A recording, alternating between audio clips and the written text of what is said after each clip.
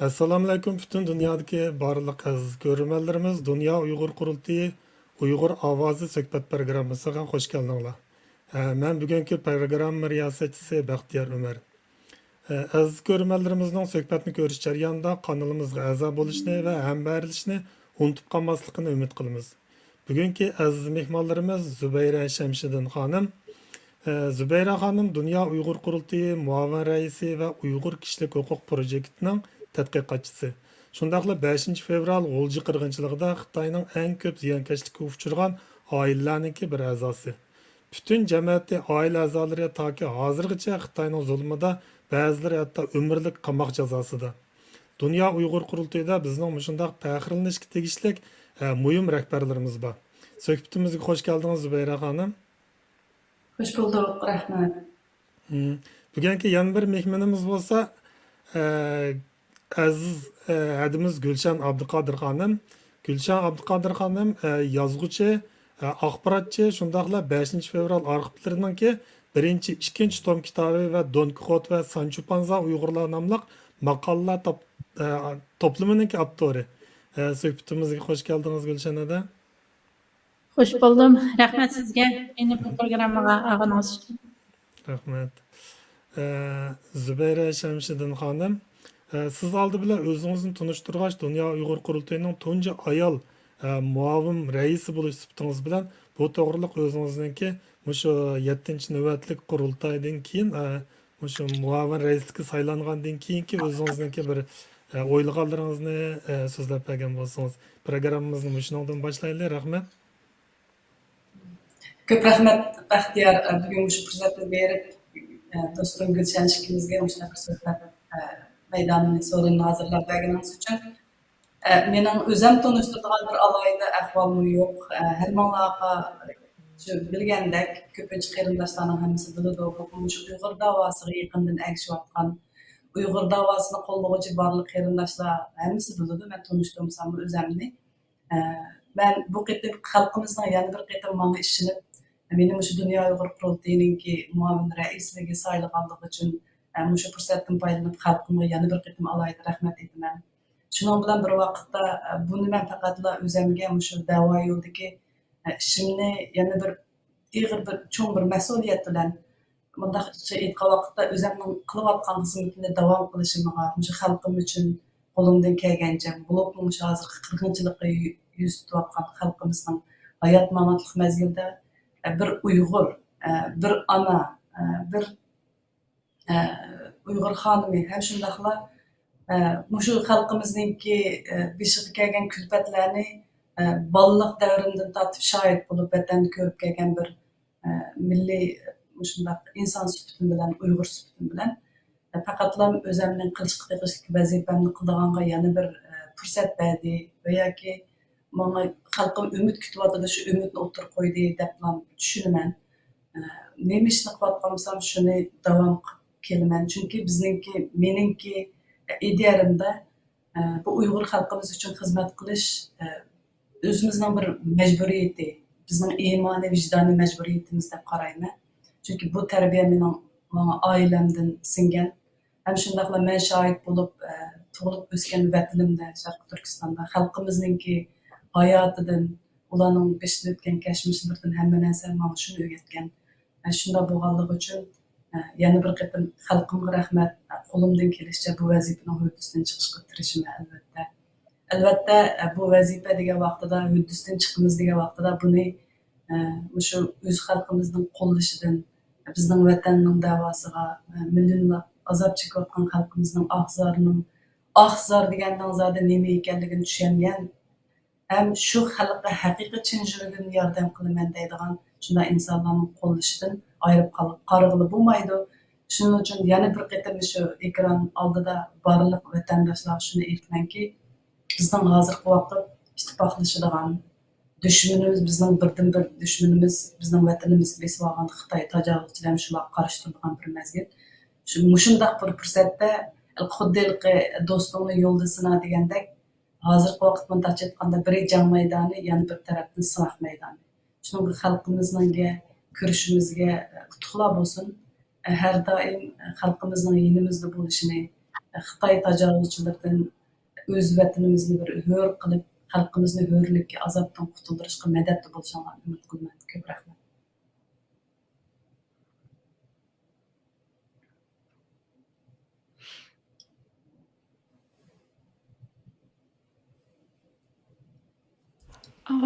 Ovoz yo'q. Ovoz. Endi Gulshan Abduqodir xonim, siz o'zingiz uzun yillik axborotchi, shundaqla yozuvchi bo'lib sifatingiz bilan va millatimiz nihoyatda suyib o'qigan bir necha kitoblarni yozdingiz. Siz shu o'zingizni shundaqla bir kitoblaringizni bir qisqa tanishtirib o'tgan bo'lsangiz, undan keyin suhbatimizni rasmiy boshlaylik. Rahmat. Ko'pdan ko'p rahmat sizga yana bir qitim rahmat aytaman do'stim Zubayra Shamsiddin bilan bugungi bu suhbatga qatnashganligimdan intayin xushallik his qilaman o'zimni va mana bu sharafni berganligingiz uchun bek o'zimni baxtli his qilmoqdaman. Men atalmış Şinjan Üniversitesi'ninki axborot kasbini bitirgandan keyin 90 yillardan boshlab ili xalq radio stansiyasida, ili televiziya stansiyasida ishlash jarayonida shu adabiy axborotchilik bilan men yoziqchilik sohasiga kirib kelgan. Tunji yozgan asrim Nurtay Hajim Yetimlar maktabi haqida yozgan adabiy axborotim bilan Il Daryosida e'lon qilinish bilan yoziqchilik sohasiga kirib kelgandim. Oniki Il Daryos jurnalida shu G'ulshahar 2-o'rta maktabning 100 yilligi va boshqa temalarda, ondan keyin Buloq Abnum rayonida chiqadigan shu Buloq jurnallarida shunday asarlarim e'lon qilinib turgan.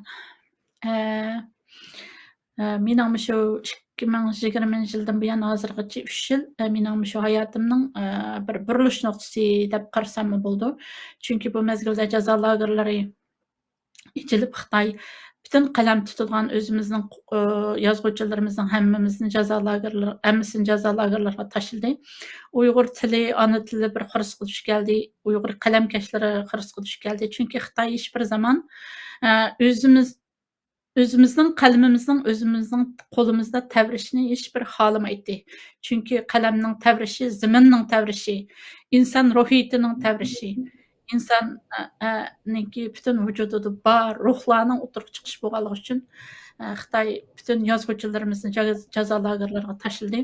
Shuning bilan bu Uyg'ur ona tilining fasohatini qo'g'dash, Uyg'ur ona tilining kitobiy til shaklidagi nimasini qo'g'dash, undan keyin nashriyotchiligimizni qo'g'dash, mushu bir davrdagi fikr, ideya va tushunchalarning qanday bo'layotganligini kelajak avlodlarga yetkazib bergan kitoblarimizning bo'lishi orqali biz mushu bir davrga vakillik qilgan ziyolilar hammamizni mushu o'zimizning yozgan narsalarimiz bilan qo'g'dashdan iborat mushtaq ig'ir yuk chet ellardagi qalam tutadiganlarning zimmasiga yuklandi.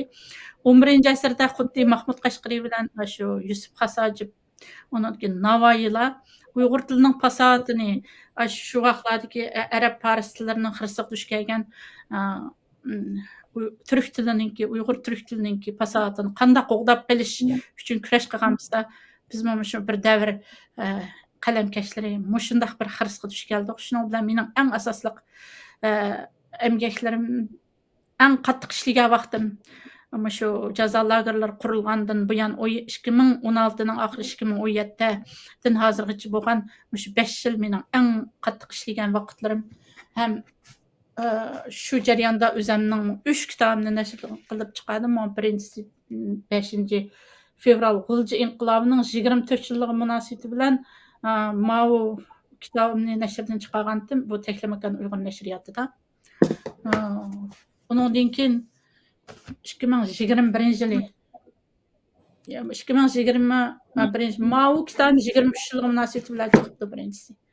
Bu kitobni 5 fevral G'ulji inqilobining 24 yilligi munosabati bilan chiqardim. Buni Kanadada nashr qildim. Buningki barkodlari bor mana oqisida. Buningga shu 5 fevral G'ulji inqilobi tamg'isini urgan barliq mana shu qahramonlarimiz qanday tutmamda. Qahramonlarimiz mana shu nurg'un rasmlar, faktlar, shundoq bu 500 necha betlik bir kitob. Mao 300 necha betlik. Ammo 5 fevral G'ulji inqilobi haqida bizning bilmaydiganlarimiz bekchiq. Bu ikki kitob beklam ozliq qildi. Yana nurg'un narsalarimizni yozish kerak. Mao mening 3-kitobim Don Kixot va Sancho Pansa Uyg'urlar. Bu kitabımda meningki 50 ga yaqin maqolalarim shu 2017 yildan boshlab 2021 yilgacha bo'lgan araliq yozgan 50 ga yaqin maqolam kirgizilgan bo'lib, bu shu bir davrning shohidi, shu bir qirg'inchilik, Uyg'ur qirg'inchilik yuz bergandan keyin chet ellardagi Uyg'urlarning qandaq tipirlaganligi, millati vatanni qutqizish uchun qandaq ideya, fikr, o'ylanishlarda bo'lganligi ifodalangan bir kitob. Bu xuddi 80-90 yillarda bizning vatanning Tangirtog' jurnallari, Uyg'ur madaniyati jurnallari, Buloq jurnallari shu davrni qanday ifodalagan bo'lsa, bizning shu asarlarimiz shu davrdagi bizning Uyg'urlarning chet eldagi fikr, ideya, mulohazalarini kelajakda vatandagi xalqimizga sunish uchun men bir dengizning tomchisi bo'lay degan maqsadda yozib chiqdim. Mening o'zim tanishtirishim shunchalik. Yana bir qatim rahmat sizga. Ko'pdan ko'p rahmat. Endi temamizga rasmiy qaytib kelaylik. Gulshan odam 23-yilda xotirasi va 24-yilda xotirasida 2 qatim kitob yozib e'lon qilibdi. Bu yil endi 25-yil bo'libdi G'ulji qirg'inchiligiga. Zubayra xonim, sizning oilangiz shu 5-fevral G'ulji qirg'inchiligida Xitoyning eng ko'p ziyonkashlikka uchragan oilaning birisiga, ayni vaqtda hatto oilangiz G'uljida shu qochib, mukib yurgan panohlik tilguvchilarga panohda bo'lgan bir uy bo'libdi. Shunga Kepak yuzi, Kepakiston deb bir xil davlat nomi bilan atalgan ekan. Buni men Gulshan xonimdan bildim. Şunu siz bütün cəmiyyət və ailəniz toğruluq umumi bir toxtulub etken bolsanız. Çünki hər qandaq bir uluq iş şu yakki şəxslərdən buldu, yakki ailələrdən buldu. Yəni ailənizdəki tarixi 5 fevral G'ulji qirg'inchilik jarayonidagi ahvoli və hazır qolganlar to'g'riliq so'zlab bersangiz rahmat. Ko'p rahmat. Ma'lum shunday bir sharafli berganingiz uchun mening oilam kim bo'lganligimni bildirish uchun maqsadida. Mening oilam degan vaqtda, mundaqcha aytgan vaqtda men bir diniy oilada tug'ilib cho'mildim. Bizningki men o'zimni bilgan vaqtdan boshlab mening buvam o'zi imom bo'lib o'tgan odam. Shu Kepak yuzda yashagan, ammo butun G'uljidan aytdi inoatli, munavvar imom deb ataydigan hammasi. Keyin uningdan keyin bu mundaqcha vaqtda mening oilam Xitoy partiyalar yaxshi ko'rmaydigan, Xitoy hukumatining ko'zida shu 50-yillarda, ya'ni 49-yilda Xitoy vatanimizni egallagandan keyin bizning oilaga o'xshash nurg'un ashunda oila oldi bilan Xitoyninki bostirishiga uchragan deb qarayman. Ya'ni atalmış yer islohoti, aksli inqilobchilarni yo'qotish, ziyolilarni, sesiq ziyoli deb ularni bostirish, chet el bilan aloqasi bor deb chet elda urug' tuqqanlari borlarni bostirish degandek shunday xil bahonalar bilan bostirilgan ashundaq mundaqcha aytganda Xitoyning hukumatining qanday bir taktik usulni ishlatib Uyg'urlarninki jamoat arboblarini, jamoat boshlig'uvchilarni, xalqimizni bir Uyg'ur millati sifatida ularninki diniy e'tiqodiy kimligini tutib turishga yetakchi bo'lgan insonlarni qanday bostirgan bo'lsa, mening oilam shunday bostirishga uchragan bir oila. Shunda bo'lganligi uchun men kichigimdan tortib shohid bo'lganim partiyaning tarbiyasi, partiyaliklar, Xitoy kommunistlik ideyalari shundaqlardan biz jiroq bo'lgan. Bunday jiroqligimizni bizning oilamizga diniy tarbiya, milliy tarbiya emas. Bunday aytgan vaqtda maktabdami biz kelib chiqishi pomidchik, kelib chiqishi boshqacha deb bizni chetga qoqdigan Xitoy kommunist ideyasidagi yoki Xitoy kommunizmning yetakchisi bilan bizning Uyg'urlarning aramizda biz o'zimizni, Uyg'urlarimizni o'zimizga sog'an ashunda ahvollarda ayrilib bundaqcha aytgan vaqtda ashunda qilgan. Yana bir tarafdan esingiz xuddi Allah aziz qilsa bandalarni hech qanday banda xor qilolmaydi deb. Garchi Xitoy hukumatining yetakchiligida biz xilma-xil taraflardan besimga, xor qilishga uringan uchragan bo'lsaqmi, lekin yanala men shu narsani his qildimki, xalqimizning ichida xalqimiz yanala insonlarni taniydi ekan. Yana xalqning ko'zi baribir ellik bo'ladi ekan. Gerçi partiya, hükümet qancha bastırgan bolsa, amma şu ular bastırgansıra bizning ailemizning xalqchilik inovati juqori edi.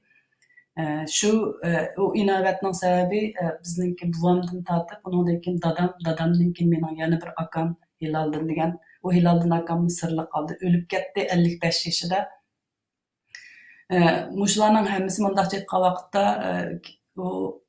ular dastlabda oshgan butun yeriga so'g'an kepak yuzining xalqini boshlab qolmasdan unda g'ulji xalqininki mush o'zimizning diniy milliy kimligimiz ma'rif saqligimiz mushlarni saqlab qolishda qo'ldan kelgancha hissa qo'shgan bir oila. Men shuning shohid bo'lib cho'ng bo'ldim. Endi masala g'ulji qirg'inchiligi kelgan vaqtda albatta haqiqatni qo'llovchilarni, haqiqiy vatan millatning Allohning rizoligi deb o'zining atagan insonlarni shafqat qilgan o g'ulji xalqining bunday chiqqanda g'uljidan odatiy deb qaraymiz. Chunki burungi tarix nimalardi? Masalan, bizning janubda vatanimizning janubiy qismida Xitoy hukumatining besimiga, Xitoy hukumatining besim bilan birga yerlik nodon xalqimizning qadriga yetmasdan ashunday besim qilgan nurg'un bizning Uyg'ur ziyolilarimiz, Uyg'ur yetakchilarimiz o'zimizningki o'z yurtlaridan panohlanmaganda g'uljiga chiqib panohlanganda g'ulji qo'yniga elib g'uljini bir gullangan mundaqcha aytganda vatanimizning mustaqilligining ro'yitini saqlagan bir yer qilib hozirlashga to'p qo'shgan. Bularning hammasi bizning g'ulji xalqimizningki ro'yitida bor bir inqilobiy ruh deb qarayman. Ayni shunda ruh mening oilamda kuchli ifodalangan. Shunda bo'lganligi uchun bizningki yoshlarimiz o'zi bir haqqoniy talab, ya'ni hatto Xitoy hukumati o'z qonunlarida belgilagan diniy erkinlik, o'zimizning milliy kimligini qo'g'dash degandek shundaq shuarlar yoki shunday bir yetakchi ideyaning asosida namoyish chiqqan. Bu vaqtda men tafsiliy demsammi, Gulshanning yozgan kitobini har bir Uyg'ur qarindishimizning g'ulji qirg'inchilik haqida bir narsa bilaman desa, shuni o'qishini tavsiya qilaman. Uningdan nurg'un narsalar yozilgan. Albatta Gulshanning yozgani bu g'ulji qirg'inchiligini tasvirlaganning bir tomchisi. Bu vaqtda nurg'un sirlar, nurg'un yozilmagan narsalar bor. Men ishonamanki, inshaalloh Gulshan yana nurg'un narsalarni yozgusi, ham shunga o'xshash Gulshanni iz besib, boshqa qarindoshlarimizning qalam taritishini umid qilaman. Ammo shu mezgilda niqoqda, masalan, shu bizning mahalla yoki mening oilam joylashgan mahalla nima uchun bu qadar u g'ulji vaqasi yoki g'ulji qirg'inchiligidagi shu ishga ishtirok qilgan bo'lsin yoki ishtirok qilmasimi, Xitoy uchoq nurg'un yoshlarimizni shu bahona bilan qirdi. Bundaqcha aytgan vaqtda shu 5 fevral g'ulji vaqasini Xitoy bir bahona qilib turib, biz g'ulji xalqiga, g'ulji yoshlarga bir bostirish ifoda o'chog'da. Gerçi vaqa 97-yil bo'lgan bo'lsa, ammo 97-yildan keyin bizning xalqimizni shu bahona bilan tubdan bostirib, bunday aytganda g'uljida bizning Uyg'ur milliy hurligimiz, ozodligimiz yoki bizningki shunday mustaqillikning ruhiyati bor bo'lgan shunday bir ruhni tubdan yo'q qilish uchun bostirish uchirdik. Bu bostirish degan vaqtda mening oilam emas, nurg'un oilalar vayron bo'lib ketdi. Men birinchidan Allohga, yana bir tarafdan xalqimga shu qadar rahmat aytmanki, men million xalqning ichidagi bir vakil, shunday bir imkonlar bilan oilamga kelganini so'zlay oladigan, masalan, meningdek u yerda nurg'unlagan xalqimiz bor, oilalar vayron bo'lib ketgan, ammo ular haqida, ular uchun so'z qilishga, ularning ahvollarini dunyoga tanitishga imkoni bo'lmagan. Shunda bo'lganligi uchun men oilamningla emas, butun xalqimizning, butun mushu asoratga, mushu besimga yo'l qilgan har bir yoshning, har bir shu kunlarda shu ahvollarga yo'l qilgan, shu besimga yo'l qilgan qirg'inchilikqa, qiyin qistoqqa, turmalarda hozirga qadar vayron bo'layotgan shu xalqimninki ovozini anglasam deyman. Chunki men har bir qitim o'zimning qarindoshlarimni, oilamni, inilarimni so'zlagan vaqtimda mening ko'z oldimga boshqalar, hech bir so'zlaydigan adammi bo'lmagan boshqa oilalar ko'z oldim keldi. Masalan, men 98-yilda shaxsan vatanga o'zim borgan. Shu chaqda Döngmazanın yuqorisidagi uchun yezisida bir oiladan necha balani bir Xitoyning etib ketgan vaqtlari shu chaqda yuz bergan. Men g'uljida vaqtimda. Masalan, aşı ailedeki her bir aile, şu ailedeki eng ahırda ballarını itilip ketganiga chidamasdan 70 yoshli mo'mayning uyda kuyayotgan mashdagi ko'ma o'tni ko'tarib chiqib Xitoyninki soqchilarga mashinasiga otgan shu qadar 70 yoshli mo'mayning qahramonliklariga shu chog'da men shohid bo'lgan emas, men battim g'uljida shu ishning bo'layotgan vaqtida. Men shu chog'da ko'nglimga bir narsani pukdimki, bu da'vo, bu qirg'inchilik, bu besim mening oilam kelgan emas ekan. Kemayotidu. Chunki dadam ayni mening dadam degandek, bu elning beshiga kelgan bir zulm bo'ldi degan shu chog'da. Biz shu chog'da qaqshab ketganda, masalan, albatta, chunki har kim o'zining beshiga kelganda biladi. Chunki yana bir naqshi yo'qoldi. Dad topdim, ammo o'lib ketmadim degandek. Shu qadar dad topdik, o'lib ketmadik, chunki bizda umid bo'ldi. Bizda umid bo'ldi. Dadamga rahmat, buvamga, ota buvamga rahmat. Bizni mushundaq kuchlik bosh egmas qilib yaratgan xalqimga rahmat. Mushu ruh bizda bo'lg'ashqa biz shu qadar dard tatsaqmi o'lib ketmadik va o'lmaydiganimizga ishonaman. Chunki inshaalloh bizning xalqimiz topgan, mening oilam topgan zulmning hisobini oldigan insonlar mangu tugmaydi. Shu qadar bir guruh haqqoniy kurashchilar, inqilobchilar maydonda bo'ldiki va bo'lyotidi va maydonga keladiki, bu hisob ilinmay biz ichki dunyolik qarzimiz shu hisobni olmay biz to'xtamaymiz. Bu mavjud. Endi bu kurash jarayonida men bu yerda bir narsani deb qo'ymoqchi. Bugun 2-oyning 2-kuni agar ukam Baxtiyor mumkin bo'lsa ekranda ko'rsatsangiz bo'ldi. Mening 2-oyning 2-kuni mening inim Sadriddin Shamsiddinning tug'ilgan kuni. Agar bu hammat. Yana bir baysiz evetga rasmini ko'rsatdim.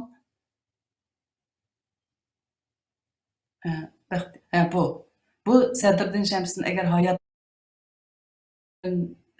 44 yoshga kiradi.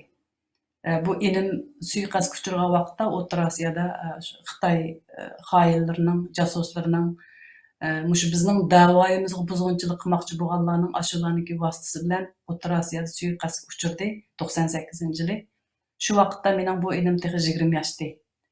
Demak, mayli Xitoyning jasuslari bo'lsin, mayli xoinlar bo'lsin, mayli bizning milliy ruhimiz, bizning vatan ozodligi kurashimizga yo'limizga suiqasd qilmoqchi bo'lgan har qanday bir dushmanlarimiz bo'lsin, dushmanlarimizning naqadar yurgi pok-pok, naqadar sharafsiz, naqadar mag'lubiyatga mahkum insonlar ekanligini mana mushundaq 20 yoshga kirgan bolalarni suiqasd qilib yo'qotganligi, o'ltirganligi. Mening baysiz rasmini ko'rsatgan shunda qarindoshlarim, uningdan boshqa meningki bir navri inim Abduxoliq Abdurashid. Shu 24 yoshida shu g'ulja mashrab shundaqla shu vaqtdagi shu g'ulja qirg'inchilik, g'ulja namoyishi qatnashganligi uchun itivatda shuni etib o'tadi. Uningga shohid bo'lgan, uning aksi hozir ansam chet eldagi shu shohid bo'lgan shu etivatgan kuniga mening inim singlim Avstraliyadagi shohid bo'lgan shuning aytayotgan kunlariga men shundaq yosh bolalardan qirib shundaq qilishning o'zini shuni bilsangiz bo'ldiki, mayli Xitoy hukumati bo'lsin, Xitoy hukumatining g'olchilari bo'lsin, mayli har qanday shu mustamlikimizga ishtirokchi, bizning vatanni mustamlik qilgan, bizni ishg'ol qilgan, bizni shundaq yo'qotishga urinmoqchi bo'lganlarning naqadar yurigi pok-pok bir kuni bir bo'lmasa bir kuni beshini yeydiganligi va vayron bo'ldiganligining ifodasini shuningdan ko'rsak bo'ldi. Mesela hozirgi da'vo sepimizda siz o'zingiz ko'ryapsiz. Shundaq bu da'vo sepida shu qadar bir kuchli insonlar borki, shu kuchli insonlar o'zini dunyoni so'rayman degan Xitoy hukumatini bunday aytganda hozir qo'rqinchga, vahimaga sevyotidi. Demakki, mushulardan xalqimiz ishonchini hech qachon yo'qotmaslik kerak.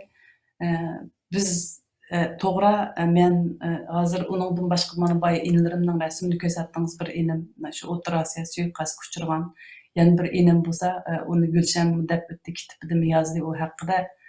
Xitoy o'zining atalmish bizning Uyg'urlarni bostirib qirib tugitdi degan generallarning advini berib turib shahid ketdi.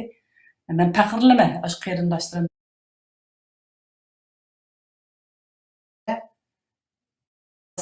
böğürdek bir yıl yaşa degendek mana müşündaq gerçi 20 qerindişim, müşündaq qerindaşlarımdan men çeksiz pəxirlənmə. Allah ularning yatqan yerini cennet qılsın. Ularning iki dünyalık yüzü yoruq, şərəf bilan ketgan insonlar bizning şərəfimiz, munda aytganda bizning millatimizning g'ururi deb qarasak bo'ldi. Man mushundaq ahvollar bo'ldi, to'g'ri. Shu bizning mahallamizning mushundaq danqi chiqishi va yoki undaqcha aytgan vaqtda haqqoniyat yo'lida kurash qiluvchilarning bir panohlangan makoniga aylanishining sababi mening oilamni emas, mening oilamdek shundaq bir Uyg'ur xalqining mavjudligidan, shunday bir Uyg'ur qo'ynining shu chog'da bo'lganligidan bo'lgan. Xitoy mana dal mushuni ko'gashga mana bu kun kelgan vaqtda bizni bir millat sifatida shu yer sharidan yo'qotishga urinyotidi. Ammo biz yo'qolmaymiz.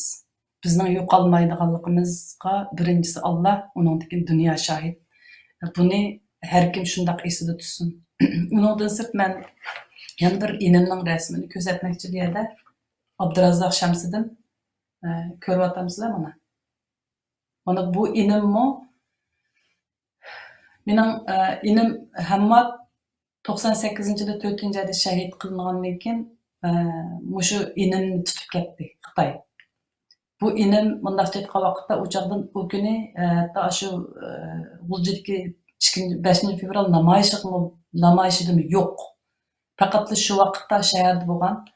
Faqat shu oilamiz, bizning oilamizning ashunda bo'lganligi uchun shu Hammadning atalmış bizning Uyg'urlarni qirib tugutishga kelgan Xitoy generallarini yerda yakson qilgan shu shahidlik ish izlari uchun uningdan sirt mening shu enimning bir durust haqqoniyatchi mundaqcha aytgan vaqtda biz qandaq bir kurash qilmayli, biz uningga haqliqligimiz, bizning vatanimizda biz qandaq faoliyat harakat etolmayli, bizning u faoliyatga, u erkinlikka, mayli qanday bir erkinlikni biz qalsak, uningga biz haqliq ham haqqoniyat egilari ekanligimizni isbotlab mana mushu inimni qo'lga ketdi. Qo'lga ketgandan keyin Xitoy ömürlük kesyapti. Hozir Urumchidagi birinchi turmada shu yerda tekshirib turyotidi. Bilmayman hozir qadar hayotmi, nima bo'lyotidi, chunki bu qirg'inchilik boshlangandan beri 2016-yildan beri bu jazo lagerlari maydon kelgandan keyin ham aloqalarim butunlay uzilib ketgandan keyin men bilmadim hozir mushtaqda mening oilam urug'da qoldirib nima kunlarni ko'ryapti. Ammo gerçi men bular bilan telefonlarda aloqa qilolmasam, amaliyotda ko'rolmasam, bularni hech qanday ba'zi birlarimiz hatto aloqa qila olgandek men bunda fursatlar bo'lmasmi? Har qachon ko'nglim tuydi. His qilamanki, mening qarindoshlarim, mening oilam, mening xalqim hech qachon tiz bukmaydi ichida. Mening xalqim hech qachon xalqimning irodasini Xitoy tiz buktirmaydi, tiz cho'ktirmaydi deb qarayman. Bu kunlar bunday bo'lmaydi. Gerçi her bir elem, her birisining beshiga kelayotgan bo'lsa, ammo bu elemni bizning xalqimizning kuchga aylantirganligi ishonman. Chunki men shunday qildim. Men bir ayol kishi turib, mushtaq tik tura olgan vatan düşmanlarimizdan Xitoy hukumatiga, bizning Xitoy hukumatiga hamnafas bo'lib qolgan xoinlar, ashtaqlarning oldida tik turib mushu kunga mushtaq tura oldi degan gap bizning xalqimiz tik tura olmaydi, teta olmaydi. Her qandaq düşmanlarimizga. Shuning uchun bu yerda bizning mahallamizdan bir inqilobning, bizning hurligimiz, mustaqillik yo'limizga mujodilaninki bir simvollik joyi bo'lib qolmasdan, bundaqcha aytgan vaqtda butun vatanimizda shundaq simvollik joylar, shundaq simvollik insonlar mavjud bo'lgan va inshaalloh mavjud bo'ldi. Buning bir simvoli Urumchi.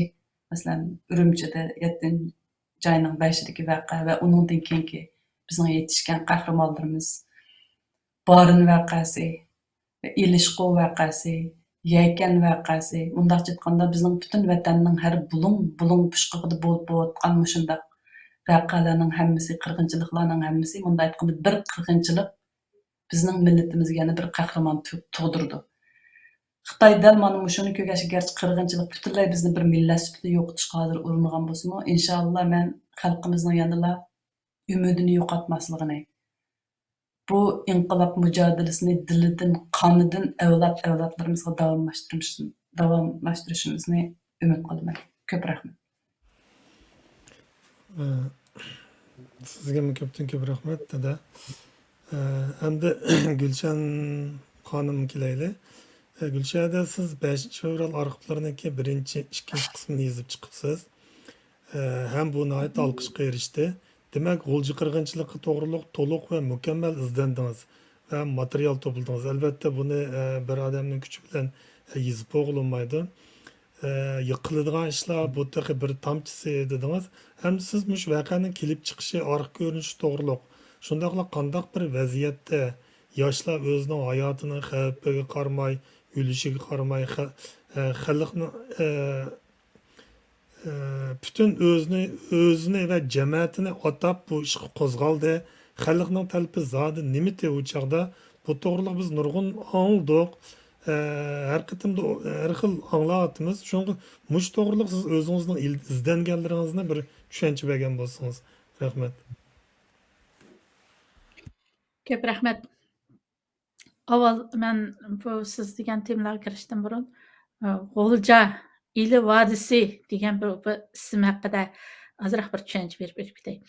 Ili vodisi G'ulja degan vaqtida odamga shundoq bir kuch jasorat beradigan bir zamin ko'z oldimizga keldi. Bu yerning xalqi qarasangiz birda paroqat kulgan chaqchaqlari bilan mo'maydek qo'rilib ketuvdek kulib bularda bir ruh kulib yuradigan, o'ynab yuradigan bir xalqmikido deysiz. Har bir ig'iz gapidan bir chaqchaq, bir kulka shu temipli turadi. Dushmanini chaqchaq qilib to'yg'izib qo'ya oladigan, do'stini chaqchaq qilib kuldira oladigan, shundoq birda kulib mo'mayda qo'rilib qoladigan, birda hurra degan shiorlar bilan ko'chalarga to'kilib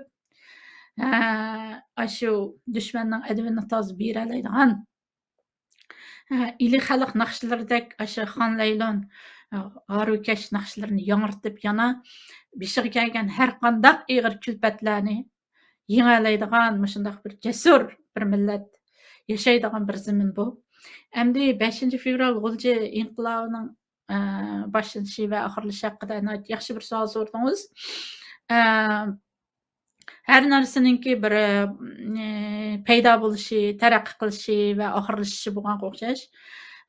5 fevral G'ulja inqilobining boshlanishi, taraqqiy qilish jarayoni va oxirlashishi bo'lgan. Bu 90-yildan 2000-yilgacha bo'lgan 10 yillik bir jarayonni o'z ichiga oldi. Mening shu 5 fevral arxivlari 2-chi kitobimni o'qigan kishilar bildi. Mening kitobimda faqat men 5 fevral G'ulji inqilobi deb olmadim men bu kitobda. 5 fevral G'ulji inqilobi, 5 fevral G'ulji qirg'inchiligi, 5 fevral milliy uyg'unish harakati, 5 fevral G'ulji namoyishi, erkinlik, demokratiya talab qilish namoyishi qatorliq mesela 4-5 xil tilda ifodaladim. Chunki bundaq bo'lishidagi sabab bu harakatning 90-yillarda boshlanishi bo'lgan. Boshlanishi bo'lgan qanday bo'lgan desangiz, Xitoy bu G'ulja nihoyatda bir strategik muhim o'rin bo'lganligi uchun 44-yil qurilgan Sharq Turkiston Jumhuriyatining poytaxti bo'lganligi uchun 90-yillarda yuz bergan Patmas quyosh degan Sovetlar birligining 2 soatlik jiroqlikdagi G'uljadan 2 soatlik jiroqlikdagi bir tam qo'shnisida yuz berganligi uchun bu yerda Xitoy bir milliy uyg'unishning mustaqillik cho'g'larining yana yelinjab qilishidan intayin ehtiyot qilib bu yerda bir tarafdan iqtisodni yuksaltirganda qiyofatga kirgan bilan yana bir tarafdan yoshlarni xomushlashtirish, aroq sharobga berildirish, oq tamaki nima qilish, ko'plab to'kma qilib setish, ham intayin azam bahada setish, hatto boshlang'ich maktablarning darvozalari oldiga kelish, uylardagi 2dan 3dan bir oilada 4dan 5dan o'g'il bo'lsa, hammasi shu oq tamaki xumor bo'lib qolish,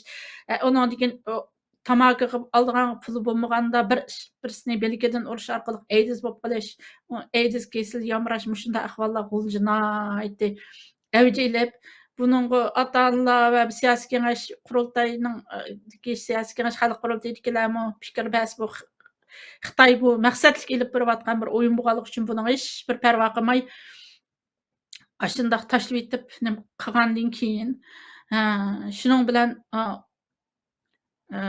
G'uljida mushundaq bir Xitoyninki maqsadlik holda Uyg'ur yoshlarini zaharlab yo'q qilish, AIDS orqali yo'q qilish, mushundaq ilmiy qarshi yoshlarda bir uyg'onish harakati maydonga keldi. Endi bu chunki u yoshlarni ashundaq zahar orqali yo'q qilish Xitoyning o'ziniki bir siyosiy taktikasi bo'lganligi uchun Xitoy buningga hech bir tadbirmi olmadi. Faqat bu chog'da shuning bilan G'uljidagi ilg'or fikrlik ziyolilar, diniy arboblar bu yoshlarni qanday qilib qutuldirib chiqish kerak degan bir o'ylanish bilan Uyg'ur ziyolilar bilan diniy ulamolar o'zaro birlashib shu G'ulj shahrining Qardon yezisi, Pushmon mahallasi, To'ran mahallasi shu oila besib oqtamoq chekadigan bo'lib ketgandan keyin shu yerga ilg'or fikrlik diniy zotlarni akilib jamilarda shu Uyg'ur tarixi bilan dinni o'zaro birlashtirgan nurg'unlagan leksiyalarni so'zladi. Shuning bilan bu yerda bu masala kelgan vaqtida endi Abduxelil Mijit rasmni chiqarsangiz bo'ldi şey kelganda Abduxelil Mijitni alohida tilga ilishga to'g'ri keldi. Men bu so'zlarimning oxirisiga kelganda mushulardagi yoshlar bilan hozirgi davrimizga yoshlarni yana bir bu sadrdan ilqimidaq Tömür Shatkinning ichidamdaq tug'an inam shu Abduxelil Mijit 7-sinfgacha Xitoy maktabida o'qigan. Ajoyib bir ahvol shuki, Uyg'urchani tuzak so'zlayolmaydigan bola. Bu bola shu G'uljidagi oq tamakining intayin ko'plab to'kma bo'lib setilishi sababidan oq tamakiga o'zi xumor bo'lib qolgan.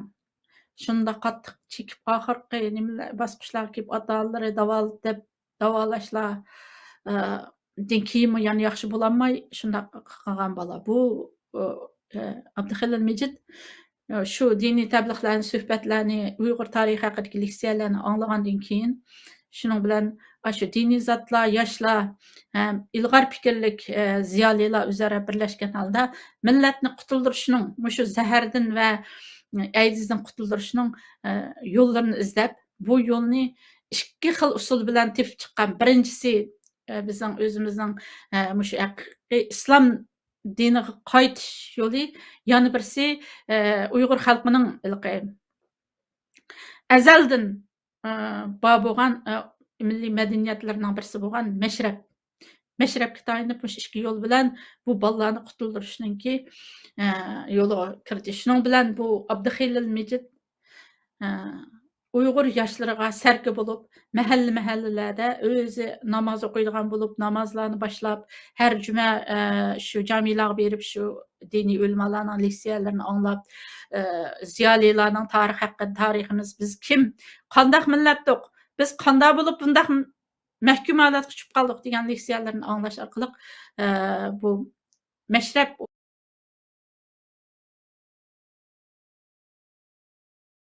kengroq qanot yoydirdi. Tez arada 1995-yili G'uljida mashrab boshlandi. Butun mahallalarda intayin olqishga erishdi bu Abduxelil Mijit. O'zimi bir notiq aylanib ketdi. Men bu inimiz haqida ayrim bir maqola yozman. 5-fevralda bu endi shu bizningki shu Amerikadagi qarilarning lideri Martin Luther Kingga o'xshash bu nutqlari bilan o'zining ajoyib ilg'or o'zini o'zi o'zgartishi bilan shu G'uljidan jiq ko'p olqishga erishib, bu bolaning tashabbusi bilan mashrab o'ynamagan mahallalar qolmaydi. Hamma yoshlar aroq sharobni tashlab, namozni boshlab, shu mashrablarda o'ynab, uningdagi oxirida oq tamakidami shu yo'l bilan qo'l uzadi. Butun doktorxonalar, ota-onalar shunchalik nurg'un pul xarjlab bu oq tamakining qo'l uzdiramagan bolalar shu mashrab orqali qo'l uzdi. Qisqartsam, bu endi bu yerdagi bu ilg'orliklarni, bu ilg'or ruhlarni bugungi bu programmada tugatib qo'ygan bo'lmaydi. Bekchiq ruh bor bu yerda. Masalan, shu Abduxelil Mijitning shu ruhiy Yunon faylasufi Sokratga o'xshaydi. Masalan, Yunon faylasufi Sokrat deydiki, o'zingni so'rab özünü sorak tartmagan hayat yaşaşqa arzimaydi. Abdixelil Mecid özünü şunda sorak tartıdı. Hem özünü sorak tartıp bu kengayip hem sorak tartqanlar birleşip milletni sorak tartıdı. Bu Xitoy hukumatının tazı teta tomirga tekitdi bu ahval. Uningdan keyin bular mashrabni boshlab nim qilish qilgandan keyin 96-yilda 3-oyga kelgan vaqtida Xitoy hukumati 7-nomerli hujjatni chiqardi. Bu 7-nomerli hujjat hozirgi shu jazo lagerlarininki birinchi palampi bo'lib, shu hujjat orqali bilan asta-asta qadam-qadam ipagan. U hujjatning asos mazmuni ikki. Birinchisi Shinjongdagi asos xavf milliy bo'lgunchilardan keldi. Ikkinchisi qonunsiz diniy faoliyatlardan keldi. Milliy bo'lgunchilik degan nima? Sen Xitoyningki madaniyati bilan Xitoy bilan o'xshash nima tutmasdan o'zingning mashrablaringni, qadimgi an'analaringni tatib chiqarib, mashrablaringni o'ynab, bütün burunqi an'anaviy kiyimlaringni kiyib, burun ata ajdodlaring qandaq bir ishlarni qilgan bo'lsa, shuni bu davrga ko'chirib akilish milliy bo'lgunchilik hisoblanadi Xitoyga nisbatan. Qonunsiz diniy faoliyat degan nima? Xitoyda qonunli diniy faoliyat degan bir narsa mavjud emas. Mashrab o'ynab, namoz o'qib, jamilarga berish qonunsiz diniy faoliyat. Mushu daq bir hujjatni chiqargandan keyin bu mashrab, g'o'ljidagi mashrablar o'ylanayotgan bu yoshlarning bunda o'zgarib ketishi bilan ketishi Xitoyning toz haliqi Aqtamaka zarlik chekimlik bilan bu shaharning yoshlarini yo'q qilish hilmikirninga so'g'aq suv sepib qo'ydi. Shuning bilan bu mashrablardan birdan ikkidan tutib, hatto Abdixelil Mejidni tutib akitdi. Akatgandan keyin shu 96-yili 8-oyning 15-kuni G'o'lji yoshlari yana bir ko'tarilib, Gullik masjid namoyishlaydi buni. Abdixelil Mejidni qo'yib berish haqida bir namoyish qildi. U chog'dimi yana bir bastırıldı bu namoyishlar. Keyin Abdixelil Mejidni xalqning ashunda qarshiligi bilan Xitoy qo'yib berdi. Lekin bu masjid nimalarda mashrablarning bolalarni birma-bir tutqun qilib ketdi. Shuni tutqun qilib ketgandan keyin Abdixelil Mejid va bu yerdagi hamda boshqa namoyish chiqishni xohlamagan boshqa mashrab guruhlarimi bor. Bu yerdagi cho'ng munozirlar bor. Yana bir qurolliq ba'zi guruhlarmi bor. Bular bilan bo'lgan munozirlar hammasi shu mening 5-fevral arxivlar 2 kitabımga ait tafsili kirgizilgan o'qib baqsanglar bo'ldi. Shundaq bir sharoitda Abdixelil Mejidning guruhisidan nayta jiqballar tutilib ketdi, mashrab o'ynagan bolalar. Yo'qolib ketdi, izdiraksiz, naygatdi bular bilmaydi. Saqchiga izlab borsa biz bilmaymiz deydi. Mashrablar kelmaydi, ota-onalar izlab shurdi, lekin o'tirdi yo'qolib ketgan bolalar mavjud. Buni hech kim bilmaydi. Shuning bilan Abdixelil Mejid mashrab guruhisiga biz baribir shundaq yush nim qilsaqmi biz tutilib ketganmiz. Uningdan keyin biz uning o'rniga biz shundaq bir namoyish qilib dunyoga biz o'lib ketsakmi dunyoga o'zimizning Xitoy bilan mangu birga yashamaydiganligimizni, Xitoy bilan mangu birga yashamaydiganligimizni hozirlar davatmaydi Uyg'urlar. Tunugunlar jazo lagerlari paydo bo'lib qolishi bilan chiqib qolgan narsa emas bu. 25 yil burun, uningdan burunqi inqiloblari, 5-yil Urumchi vaqalari zaten 49-yil Xitoy besib olgandan tortib hozirgacha xalqimiz biz Xitoy bilan yashamaymiz degan o'zining mustaqillik orzularini ifodalab keldik. Shuning bilan shu 2-oyning 5-kuni namoyishga chiqdi. 333 kishi Abdixelil Mejidning rahbarligida namoyish chiqdi. Hozir biz shu YouTube'larda torlarda ko'rayotgan Ashhadan la ilaha illalloh va Ashhadan Muhammadun Rasululloh degan takbir tushirilgan lozungini ko'tarib chiqdi. Lekin shu lozungini yozgan bola 16 yillik kesildi. Bir lozungini yozganligi uchun endi uningdan boshqa u bizgacha yetib kelmagan shu namoyishninki o'ttir qismlarida Kipak yuzasida yozilgan yana bir Kafirun surasining 4-oyati. 4-oyatida shundaq sening dining, mening dinim, sen bo'lolmaysan, men bo'lolmayman. Shundaq mazmundagi oyat u. Dal mushu oyat hamda hozirgi Birlashgan Davlatlar Tashkilotining kishilik huquq programmalarining o'lchami, bizda vatgan G'arbning kishilik huquq nimalarining hammasiga shudir. Sening dining sana, mening dinim menga, meni mendek yashashni qo'y.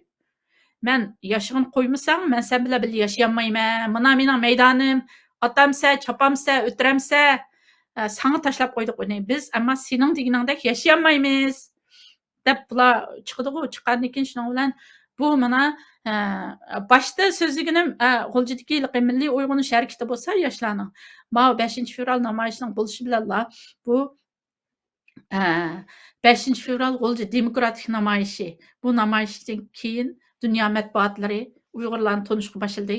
Ham bu namoyishdan keyingi qirg'inchiliklardan qechib dunyoning ham yeriga chiqqan Uyg'urlarning Birlashgan Davlatlar Tashkilotlariga bosh urishi bilan Uyg'ur davosi, Uyg'urlarning beshiga kelgan ahvollar dunyoda tanishga boshladi. Hamda bu 5 fevral kuni namoyish chiqqan 333 kishiga qo'shilib, G'uljidagi yoshlar qo'shilib 1000 bo'lgansa, 1000ning hammasini ilib turmalarga tashildi Xitoy. Hamda bu Abduxalil Mijitning hayoti u narsalar yana ayrim shu kitobimda kirgizilgan.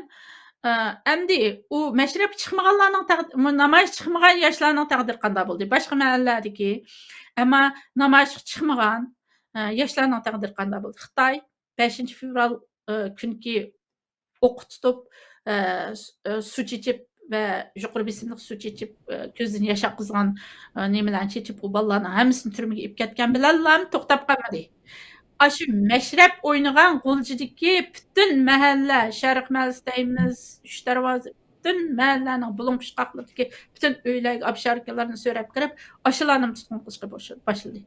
Boshlagandan keyin shuning bilan Uyg'ur yoshlari bizni bu Xitoy baribir mushtaq baribir hech nima qilmasdan bu bir chammam atamay buni mengisiga mushtaq o'lib ketayotganmiz. Uningdan biz bular bilan kurash o'tib ketib nima qilamiz deb shuning bilan bu partizanlik urushiga o'tdi bular Xitoy qarshi uylaridan qochib chiqib ketib. Ashadagi bir rasmni ko'rsang, Tursun Salay, men sizga avatgan rasmning ichida bunday yerda ozroq bir tatbiq bo'lamiz. Bu Hammad yana bir Mushu Tursun Salay mana Sharq mahalla mashrab gruppasininki yigit beshti. Shu ammo namoyish chiqmagan. 5 fevral kuni namoyish chiqmagan. Ammo 5 fevral kuni Abduxalillarni tutib, hamma 1000dan ortiq odamni tutqun qilgandan keyin bu nimani mushu Tursun Salayni tutqun qilib, G'ulji oblastlik saqchining turmasi tashlagan. Tashlab bu yerda 6 oylik yotgandan keyin İbrahim İsmailni bizga tutib bersa degandan keyin bo'ldi, men İbrahim İsmailni tutib berman deb Xitoyga yolg'on va'dani berib chiqqan. Kanadadagi singlisi men guvohlik berib so'zlab berdi. Men kitobimning birinchi qismi asosan Tursun Salayning hayoti. Singlisi tanıyamay qolganda bunda kichik bir 7-8 yoshlik boladekmishda bo'lib qolgan. O Tursun Salay o'zining shu jinsiy yo'llarga qism o'tkazilgan ashundaqchi nimalar bilan qiynalganligini, shunchalik ig'ir tan jazosi berganligini aytib bergan. Shu Tursun Salaylar turmadan chiqqandan keyin bular partizanlik urushiga o'tib, Xitoy bilan G'ulji shahrining ichida nurg'un partizanlik urushi qurollarni tortilib, bu Tursun Salay 1998-yili 6-oyning 22-kunidagi To'xoch yuzi qirg'inchiligida shahid bo'lgan. Shuning uchun G'ulji 5 fevral inqilobi, G'ulji 5 fevral qirg'inchiligi, G'ulji 5 fevral demokratik namoyishi, G'ulji 5 fevral milliy uyg'unish harakati, buning hammasi bir 90-yildan oxirida Abduxalil Mijitlarni o'limga hukm qilish bilan oxirlashgan bir harakat. Agar boshqa savolingiz bormi, ukam? Agar savolingiz bo'lmasa, men shu yosh 3 yosh nimishada deyish orqali bulardagi yoshlik ruhi bilan davrimiz bugungi kundagi yoshlarni men bir selishtirib o'tmoqchi.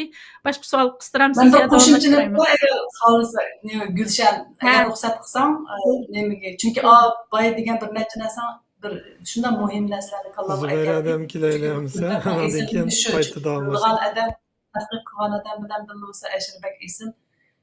Birinchi narsa dedingda, shu G'ulji qirg'inchiligi yoki G'ulji voqeasi, shu 5 fevral shu voqea, unda chiqqanda Uyg'ur davosini xalqaro tanitishning bir burilish nuqtasi. Haqiqatan burilish nuqtasi bo'ldi.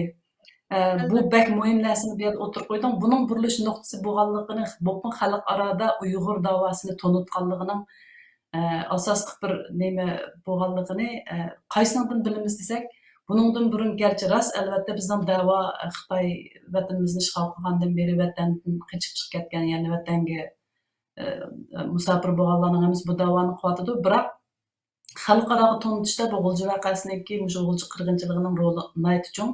Buning nihoyat cho'ngliga shu qadar shuncha yillardan beri bizning boshqa da'vogarlarimiz da'vo qilayotgan bo'lsa-mu, bir xalqaroning matbuotida, bu xalqaro taniydigan bir tashkilot yoki bir organda maxsus Uyg'urlar haqida bir texi ingliz tilida bir dokladlar e'lon qilinmagandi. Mushu 99-yili 4-oyda birinchi qitim Dünya Kechirim Tashkiloti mush Uyg'urlar va haqida maxsus bir doklad e'lon qildi. Buning inglizchasi bor. Qarsanglar ashuni biladi. Uningda har bir uningki men eng qiziqtirgan yeri birinchi ilova so'zi. Ilova so'zini uningda nima deganda boyliqqa mo'l, yerlari keng, boyligi mo'l mushundaq bir yerda xorlanayotgan mushu xalqlar, ya'ni Xitoy hukumati bu yerdagi mushu boyliq yerni nima qildi, ammo bu yerning xalqini yo'qotmoqchi degandek ashunda bir mazmunda bir ilovasi bor shu dokladning. Shuni men xalqqa qaytadan bir tavsiya qilaman. Bu shu doklad mundaqcha aytgan vaqtda Uyg'ur davosini Birlashgan Davlatlar Tashkilotining eshigini ochishga, shundaq xalqarada bizning da'voyimizning qanday bir haqqoniy da'vo ekanligini ko'tarishda eng chong rol o'ynaydi. Shuningdan bir narsani shart etaylikki, bir da'vo unda quruq shuarga kelmaydi. Shu da'voning bizning va da'voyimizning xalqarolashning nimasi shu G'ulji qirg'inchiligida oqqan qonlar shahidlarningki to'kpisi deb qarasak bo'ldi. Chunki shular jon berishga, qon berishga, dunyosi molini berishga, hayotini berishga, rohat turmushini berishga, inovatini, butun nafsini qurbon qilganning badaliga kelgan da'voning maqsadi shu natijasi. Men shuni deb qo'ymoqchi. Chunki hargiz biz o'tirib to'g'ri chet eldagi biz erkin dunyo turib nihoyat erkin vaqira olamiz, bu bek oson. Qanday qisqib so'zlasak, hozirla o'tirib bayroqni üstüşimizga o'rab chiqib turib mustaqillik davosini qilmoq shunda oson. Kompyuterda qilmoq uningdanmi oson. Lekin marti maydonni sina degan bir gap bor bizning. Shu chaqda bizning G'uljidagilar shu haqiqiy maydasini ko'rib o'qqa o'zini tutib berganlar martlar shular. Haqiqiy qahramonlar shular. Albatta. Bizning Albatta. shu chaqdagi xalqaro bizning to'nilgan da'voyimizning hamsi siz bayotdan beri rasmini ko'rsatgan. U texi milyonning ichidagi necha tal. Ammo ashundaq qonini, jonini bergan shahidlarimiz kurmang. Shu nomsiz, tinsiz, unsiz shu qadar shahidni berib turib, mushu kunga qadar sabr bilan yashayotgan ashlarga mening cheksiz hurmatim bo'lsin. Men mushu ekranda shu har bir oilaga shunda bir shahidlar chiqqan.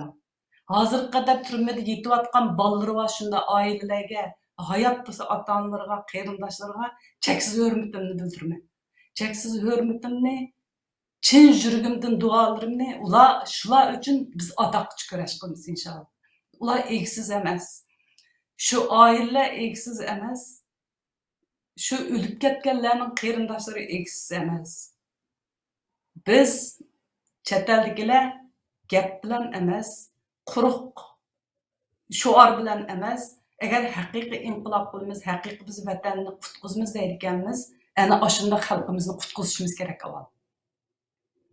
Qutqizilmayotganlarni turmada hozirga qadar vayrona bo'lib, o'lim girdobadagilarni jazo lagerlarida hozirga qadar to'shiklardan, derizlardan umid ko'zini bizga beqib turgan shularning qalbini anglashimiz kerak. Shularning yig'isini, davosini, dardining nimaligini ma yuragimizdan to'yishimiz kerak. Uningdagi nima qilaman? Qanday qilsak shularning davoyiga yoki shularning og'izlariga malham bo'la olamiz degan. Agar bir shundoq oylik vayronchilik uchragan shu bir oilasini, shu qarindishini qutqizamizsa va yoki shunday bir vayronchilik tutgan xalqini qutqizamizsa va yoki eng bo'lmaganda shunda og'izlariga malham bo'ladigan bir inson qanday qilib bir vatanni mustaqil qila oladi va yoki qanday qilib bayrog'ini vataniga tiklay oladi. Buni har birimiz o'ylashimiz kerak. Bu bir nuqtani deb qo'yay dedim. Shuning uchun yana bir qitim mushu 5-fevral shahidlarga 5 fevral qahramonlarga, shuningga o'xshash ashundaq 5 fevralga o'xshash bizning vatanimizda bo'lib o'tgan butun inqiloblarga, mayli Urumchida bo'lsin, Yakkanda bo'lsin, Qashqarda bo'lsin, Korlida bo'lsin, Xotanda bo'lsin, Xotanda mechitlarning oldida qirilib ketgan Ilishqo'dagi voqealar hech nimani unutib qolmadik, hech nimani unutib qolmaymiz, unutib qolmasligimiz kerak. Shular esimizda bo'lsin. Demak, dunyodagi mushu bizning da'voyimizning to'g'ri. Biz buni faqat shu bo'layotgan haqiqatni, shu bo'layotgan ishlarni kuchimizning yetishicha dunyoga tunishga vaqirgan bir ovoz, ammo jon bergan, qon berganlar shu vatanimizdagi qahramonlar, shahidlar. Bizning vatanning haqiqiy qurg'uvchilari, bizning mustaqillik ruhimizning haqiqiy egalari shularga mansub. Biz bütün namı şöhret hemmisi, bütün hamma narsa qudrat, hamma obro'y, hamma hurmatlash haqiqat shularga mansub. Shaxsan men hatto bizning mushu kunga kelib, mening xalqimni mushu kunga akilib, meni qo'pib, Dunyo Uyg'ur qurultiyining muavin raisi bo'lib biz uchun xizmat qildik. Mushu sharafni, mushu vazifani menga atganlarning xosiyatining hammasi shu shahidlarning ruhiga, shularning emgiga mansub, menga emas. Men shunday deb qarayman. Endi yana bir narsani deb qo'yaydim, bu namoyishga chiqqanlar yoki ularni ashunda tutib undaqimiz mayda Tursun Salayni Gulshan o'tirib qo'ydi. Shu Tursun Salayning ayoli hech nim qilmagan ayoli uydagi ayolini. Ashu ayolini möhkadi shu qarab qo'ydi degan narsa bilan mening singlimni qo'lga oldi Xitoy hukumatı. Mening singlimni shu davrlarda qiyin qistoqlar qilib, mening singlim hozirgi jazo lagerlarida ko'rayotgan jazolar qiyin qistoqlarni shu 97-yil, 98-yillar ko'rdi. Hozir Baxtiyor akam sizga bir emailingizga bir linkini avatdim. Shuni eching, shuningda ko'rsiz, rasmlardan tortib bor mening shu singlimning shuningda bir maqol yozgan, men xalqaro dangliq diplomat degan inglizchalab chiqdi. G'ulji Meksika Face of Uyghur Genocide degan inglizcha. G'ulja qirg'inchiligi va hozirgi Uyg'ur G'ulja qirg'inchiligi va hozirgi Uyg'ur qiyinchiligining haqiqiy yuzi degan maqola ingliz Uyg'urchalab tarjima qilsangiz. Agar xohlasangiz screenni ko'rsam, shu nimada dunyo xalq ko'rsin. Shahidlar o'lmaydi, men sizga deb qo'yay. Uningdan sirt qahramonlar o'lmaydi. Gerçi biz bugun ekranga chiqib so'zlayotgan Gulshan ishimiz bo'lgandan bizning Gulshan bilan meningdek necha yuzlagan, necha mingdan, necha millionlagan shahidlarning urug' avlodlari, qarindoshlari tek mavjud, tek hayot. Shu dunyoning burungi qishloqlarida hamma yerda bor, tek yashayotidi. G'ulji mashriqining ruhi yashayotidi. G'ulji mashriqini yashatyotidi. Mayli Avstraliyada bo'lsin, Turkiyada bo'lsin, dunyoning bulunqishligida.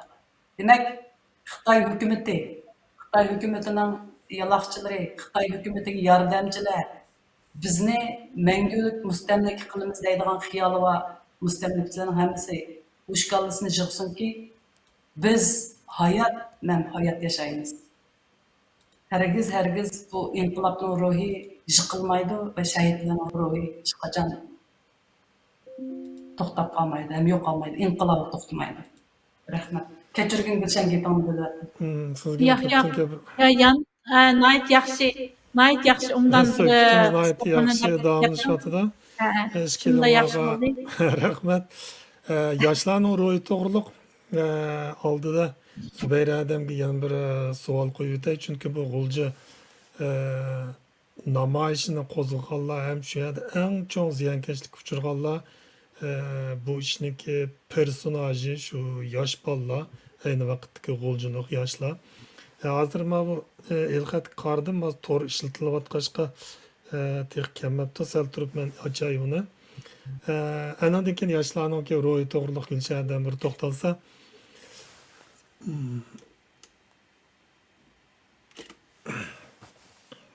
Kechiringlar. Endi yana bir savolimiz Zubayra Adamga. Zubayra Adamniki hadisning o'g'li, yana sizningki jiyaningizda 5 fevral voqeasi jarayonidagi Xitoyninki o'sha qurolliq qismiga qarshi eng cho'ng urushda ya'ni shu zo'ravonlikqa qarshi turish atritininki eng mergen qatilini etib o'ltirib o'zi shu urushda shehid bo'lgan ki hamda kino qilib ishlagandak bizning nurg'un qahramonlarimiz nurg'un voqeliklarimiz bo'ptiki. Biz hozir uni Xitoy bütün uçurlarını yo'qotib, biladigan odamlarni turmalarga solib chirtayotganligi uchun biz sizlarning og'zinglardan olmasak bu ishlarni bilmaydi ekanmiz. Mushu qahramonimiz to'g'riliq oldida bir so'zlab bergan bo'lsangiz. Bu mening jiyanim, yani hadamning cho'ng o'g'li, bizning eng atoliq birinchi navbatda opam dadamning.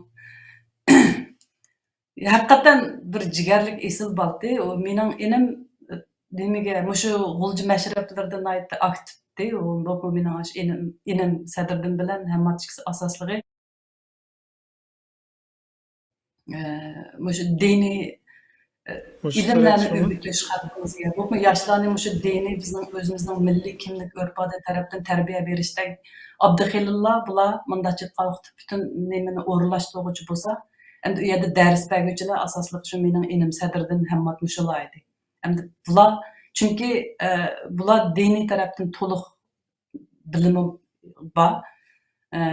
Bizning vatandagi eng dangliq bo'lgan o'limalardan dars olgan bular bizning vatanimizda tanilgan o'limalardan turpan otellarda. Onundan bular bütün mushu Qur'on diniy ilm tarafdan aytganda to'liq. Hatta shaxsan mening shu inlarimning bir gapini hech unutmayman. Bu chaqlar bular nayt kichikdi.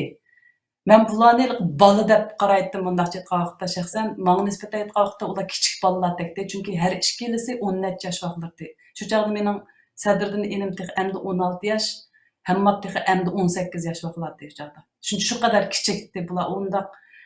Shu ishida bularningki o'y fikrlari, bularning gaplarini qilsam men ba'zi vaqtida buni sen bir kitobdan yodlayapsan, ya buni kim sana shunday gaplarni davatida daqalatdim-da, shu qadar mingisi ochiqdi bularningki. Masalan, dinni shu qadar yaxshi o'qigan bular, masalan, sadrdan 11 yoshida murattab qari bo'lgan, Qur'onni to'liq yod olgan, hammat shu. 10 necha 12 yosh shunday vaqtda ikkilisi murattab qari, uningdan sib diniy ilm o'rgangan, arabchasi yaxshi bularning, boshqa taraflardan ilm, uningdan sib maktabda bular birinchi bo'lib o'qiydi. Maktablarda o'qituvchilar bularga darslarni qilish ketmaydi, shu qadar darajada, ya'ni har tarafdan. Mayli fanniy tarafdan bo'lsin, diniy tarafdan bularning ilmi bordi.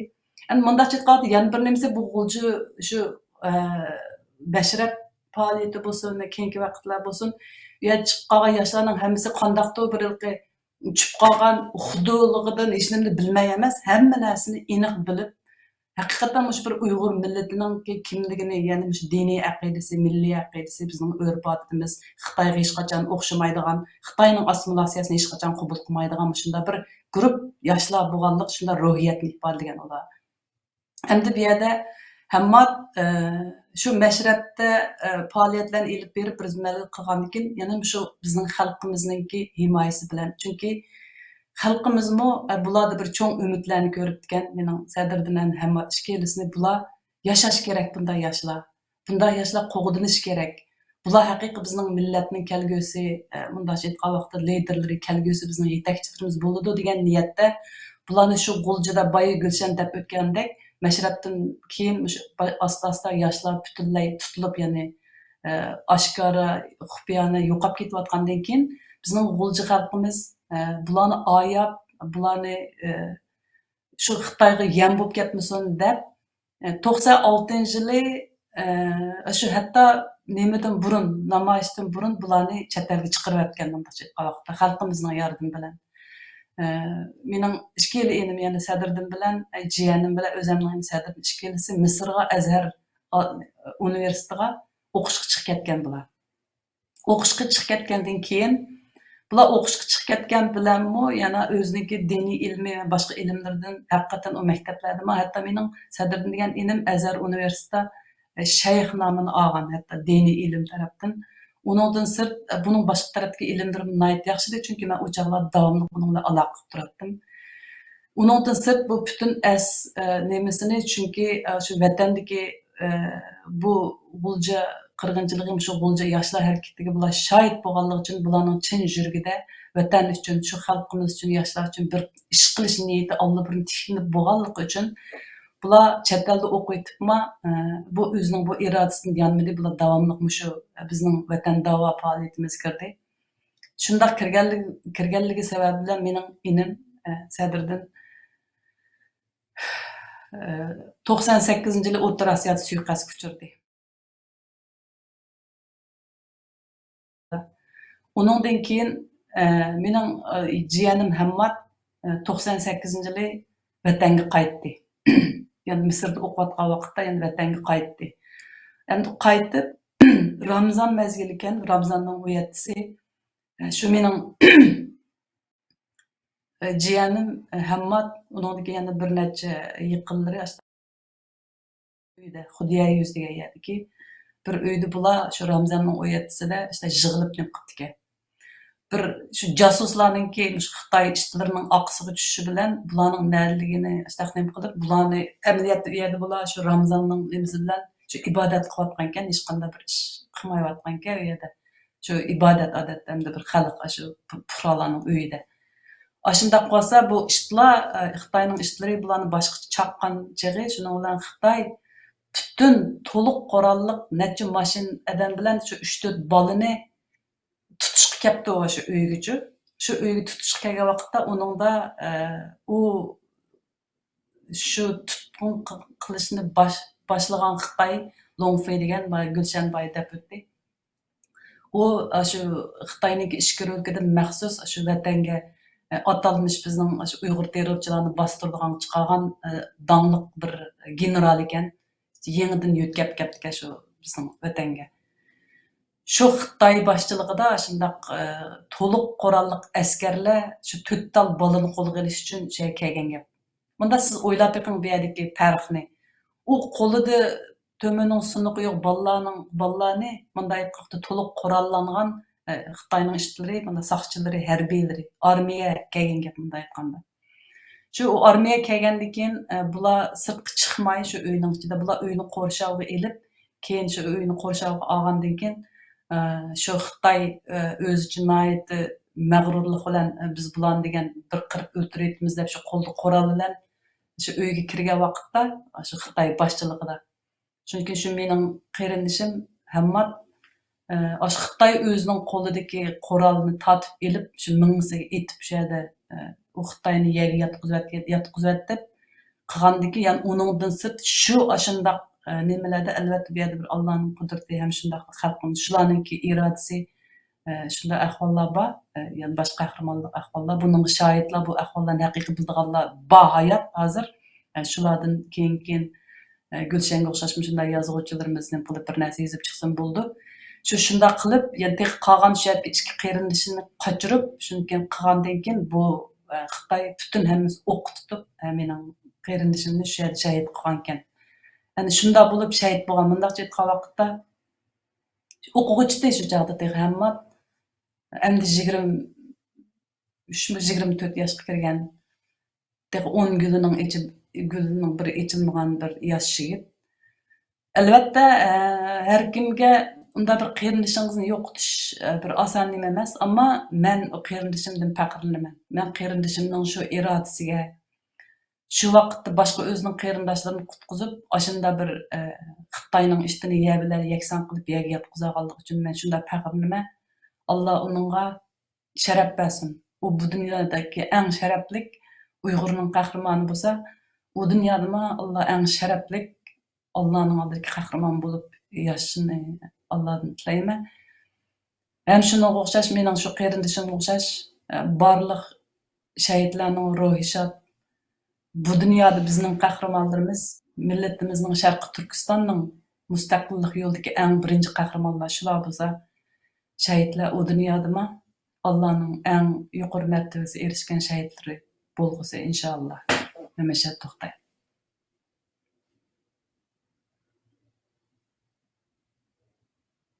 Ovoz kelmadi.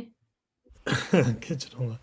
Haqiqatan bizningki qahramonlarimiz o'zininki yoshlik hayotini, qinini, hatto oilasini, kichik buvoqlarini, o'zining butun suyumlik jamiyatini tashlab shu ishlarga o'zini atabdi-ki, bu chog'dagi yoshlarimiz haqiqatan bizningki mangu o'ginishimizga arziydi. Hem de Gülşadem abay dedi yaşlarının ruhu deb. Hakikaten bir milletninki çoğun özgürüşlerini yaşaydıgan, yasaydıgan. Yani bir millette bütün milletni qo'zg'ata oladigan bir ruh, yani şu yaşlarda bo'ladi ekan. Shunga Gulshanada shu chog'dagi yoshlarning ro'yi qanday bir ruhdi, yoshlar nimani ko'zlaydi, nimani g'urur tuyatdi, nimaga intiladi. Uni siz hozir bilan bir selishtirib abay degandikidek bir so'zlab bergan bo'lsangiz. Rahmat. Yuqorida do'stimiz Zübeyde nayt yaxshi Hammadning hayoti, qurbon bo'lish jarayonlarini bek yaxshi so'zlab o'tib ketdi. Men shu kitobimga Hammadning hayoti va bu uningki ish izlarini kirgizish jarayonida beklam bir tarafdan kuch quvvat olgan, bir tarafdan yezishda bek zo'rlangan, bek ichingan bir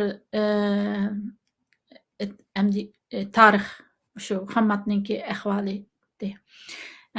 Yuqorida do'stimiz Zübeyde bek yaxshi so'zlab o'tdi. Men shu butun vujudim bilan, diqqatim bilan anglab turdim. Xuddi ko'z oldimdan bir Oskar kino mukofotiga erishgan bir kino qo'yilayotgandek shundoq ko'rib chiqdim, anglab chiqdim. Bizning Xudoyim bursa kelajakda shundoq Hollywoodning cho'lponlari ishlaydigan Oskar kino mukofotiga erishadigan qimmatli bir kinolarimiz bo'ldi deb o'ylayman.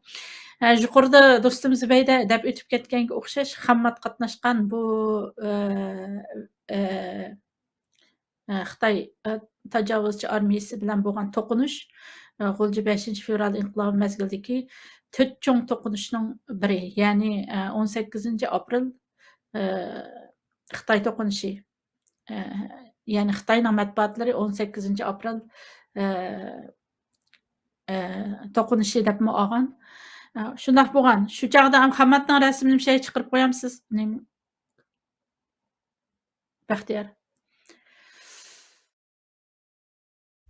Şuşmu? 23 yosh. Hamda bu Hammadning o'rniga hamda kimni chiqarsangiz bo'ldi, tursin salayni. Ama Hammadning kaynidan Longfei deb bir Xitoy bor.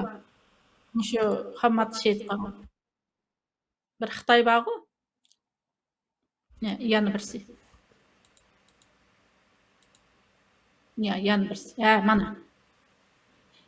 Bu 18 aprel Xo'jayer yuzi to'qinishini Xitoyni o'qib ketgan bu yerga ushturgan Xitoyning Uyg'ur jasuslari ovozsiz qaytib kelyapti. Bu yerda shu chet elda tarbiyalanib kelgan, qurolliq tarbiyalangan bir uchun kishilar yushirinibdi degan ekan. Bu Xitoy bu Longfei deganni hamda alayda hamda yuqori unvonliq harbiysi bu shu Longfei deganmi shu Xitoyning ishkirini yutkab kelgan 5 fevraldan keyin G'uljining vaziyatini mamlakat bo'yicha qanchinchi darajali Xudoyim shundoq bir margan degan unvonlari bor. Ondan keyin il oblastlik zo'ravonlikning oldini olish, bir nim atrati, bir nim qurolliq, bir nim atrati degan bir muncha nimlarning eng chong amaldori. Mushunga o'xshagan shu bir mushlarning boshlamchiligida yana bir Abdurahmon Fayzi deganning birisining rasmini olib bergan emaslikan, shu rasmni chiqarib qo'ysangiz, shu nima bir ko'rsatib qo'yaylik. Abdurahmon Fayzi degan ismidan yezig'liq. Uyg'urlarning har qanday bir ishini qilishda Xitoy o'zi bevosita qo'l solmay, yana bir bu qozoq, yana bir Abdurahmon Fayzi deb cho'ngroq beradi. Mana. Mo'shuninki yo'l boshlashi bilan Xitoy yer shakllarini bilmaydi-ku, G'ulji noyalarining yo'llari bek tor, kichik, anda bo'lgandan keyin sanjoq o uylar, mahallalar Xitoy uyaga ishkirni kelgan Xitoylar yo'l boshlab kirmaydi. Shu Abdurahmon Fayzi deganni yo'l boshlag'izib eshak olib borgan. Hammad ashadagi etish jarayonida men bularning hammasini men kitobimda yozgan, shunga bekmonim qilib kirib ketmay. Shu do'stimiz Zübeyde'ninki jiyan o'g'li Hammad 23 yosh. 23 yaş o'ylab beqing. Shu etishda mushu Xitoyninki mush amaldarini etib o'tirib, o'zi ashada shehid bo'lgan. Hammat nimalarni qoldirib ketdi bizga? Yosh 23 yosh hayoti bilan nimalarni qoldirib ketdi? Qandaq bir ruhni qoldirib ketdi deganda, Hammat, sen qanchalik kuchli bo'lsang bo'l. Sening o amaldorlaringga, o ofitser jangchilaringga mergan qancha unvonni bersang be, qancha kuchli bo'lsang bo'lgunki, zimin mening ziminim, xalqning bergan mushu ziminning egisi bo'lishdek faxrlanish tuyg'usi, xalqim bergan ruh oldida sening undaq amallaring bir tiyin. Bir kunlarning bir kuni bizning qo'limizning, xalqimizning qo'li qurol tushib qoldi ekan, sen qaysi kuniga qolsan keyin? deb xalqiga, Uyg'ur xalqiga hamda nihoyat qimmatlik bir ruh bilan o'zininki 23 yoshlik hayotini taqdim qildi. Do'stim Zubaydaning jiyan o'g'li Hammatga men yana bir qo'shimcha qilaman. Albatta, Zubayda Hammatninki hammasi bo'lish sifati bilan uning yoshlik, balliq davrlariga guvoh. Hammatning men egallagan materiallarda 9-10 yosh vaqtida Turpandagi Shohiy Mardan domullamdan dars ilib o'g'iljiga kelgandan keyin Bulbul qarim deb nom olgan o'g'ilchida. Baytulloh masjidlar degan nihoyat cho'ng masjidlar, ash masjidlarda Ramazonlarda xutba tuturgan. Endi Hammatninki butun 23 yosh hayoti hozirgi shu chet ellardagi hamma yoshlarni demayman, bir qism yoshlarning mush o'zini o'zi tillab o'ynayotgan, o'zining xalqini tillab o'ynayotgan, davoni tillab o'ynayotgan mushu yoshlarningki yishining natijasini qatlasimi, uning shuningga teng kelolmagidek darajada bir ma'nilik o'tgan 23 yoshlik hayotmi shu. Endi Hammat butun 23 yoshlik hayotida butunlay Xitoyga bo'lgan tish tirnog'i bilan dushman. Xitoyga qaratganda endi. Masalan, siz bir futbolchi bo'lsangiz, o'zingizning vartaringizga to'p urvatsangiz, nima bo'lsiz? Bularni yaxshi biladi Hammatlar. Nayt kichik bo'lsa-mu, oliy maktab, chet ellardagi dangliq universitetlarni bitirmagan, unda nurg'un pullar, millionlab pullar bo'lmasa-mu, inglizchalar uncha yaxshi bo'lmasa-mu, lekin mushundaq bir haqiqatni biladi, xalqi bilan bir maydonda turish degan haqiqatni bek biladi bular. O'zining vartasiga o'zi to'p urayotganni xoin deydiganligini, o'zining dushmaniga qarshi imzo to'plamay, o'ziga qarshi imzo to'plashning xoinlik bo'lganligini bek yaxshi biladi. Bu g'ulji ruhiyati. Biz ruhlarımızdan ayrılıp yiroqlashib ketdik. Yana bir rasmni chiqaring ukam, men bu vaqt to'xtalsam bekcha qaynab ketgan o'xshayman. Tursun Salay. Tursun Salay.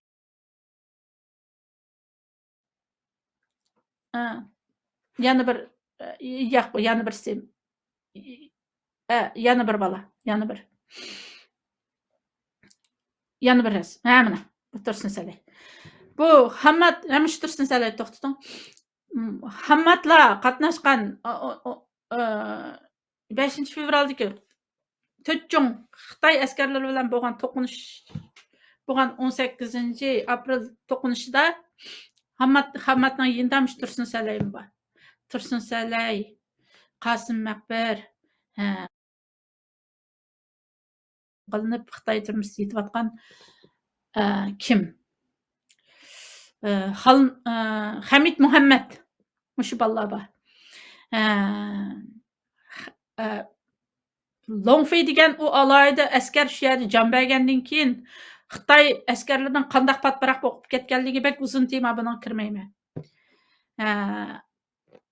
Longfei'ninki qurolini o'ljagan Tursun Salay qatorliq yana shu uyning ichidagi jangchilar, Uyg'ur mustaqilchilari Hammat shehid bo'lgandan keyin bular qechib shundaq qattiq muasira, shundaq jiq tutish buyruqlarini chiqarib aytgan mushundaq ahvolda shu G'uljinoyisning butun yezlaridagi dehqonlar bularga nihoyat panohlik berganda shu Xitoyga qarshi xalqimiz butunlay uyg'oq, milliy ruhning qandaq ekanligini bilgilik o'zining jangchilarini hargiz Xitoyga tutib bermaydi. G'ulji yezlar eng oxirgi halqiliq bir tumshuqqa kelib qolganda shu Xitoyning kuchligidan bo'lmasa, bular shuning bilan boshqa bir uyga yoshirinib uchun degan G'uljinoyisning uchun yesiga yoshirinib 2 oydan keyin Hammat shehid bo'lib 2 oydan keyin 1998 6 ayının 22 kuni aşu yana bir to'qinishga duch keldi bular. Bu aşu ABM'ga yana Abdurahman Fayzi degan Uyg'ur adamning rasmini chiqardigan aşu yo'l boshlab aşu mushu Tursun Salaylar yushirinib olgan mana mushu yo'l boshlaydi. Butun Uyg'urlarning hamma ishlarida masalan Abduqodir Domillamni suiqasd kuchtirtishda Xitoy Uyg'urdan foydalangan. Uyg'ur qasd qilgan Abduqodir Domillamga Sabit Domillamni otishdan Qashqardan mahkam bog'lab Xitoyning oldiga akab bergan shu Uyg'urdi. 5 fevral G'uljidagi esil sarki yigitlarimizni tutib berishda Xitoy bundaq Uyg'urlar bo'lmagan bo'lsa, u G'ulji noyisininki yezlaridagi ko'chalarning torlig'idan Xitoyning u askariy mashinalari yana kiramaydi. Shundan keyin Xitoy butunlay taraqqiyot rayonini barpo qilib, u yalarni tor mahallalarni chiqib binolashtiryapti, u cho'ng yo'llarni yasab. Bir ish bo'lib qolsa bizning Xitoyning askarlari kiramaydi deb. Mushu Abdurahman Fayzi degandan keyin yo'l boshlashi bilan oxiri To'qo'chiz'dagi shu yoshlarimizning yoshiringan uyini qurishib oldi.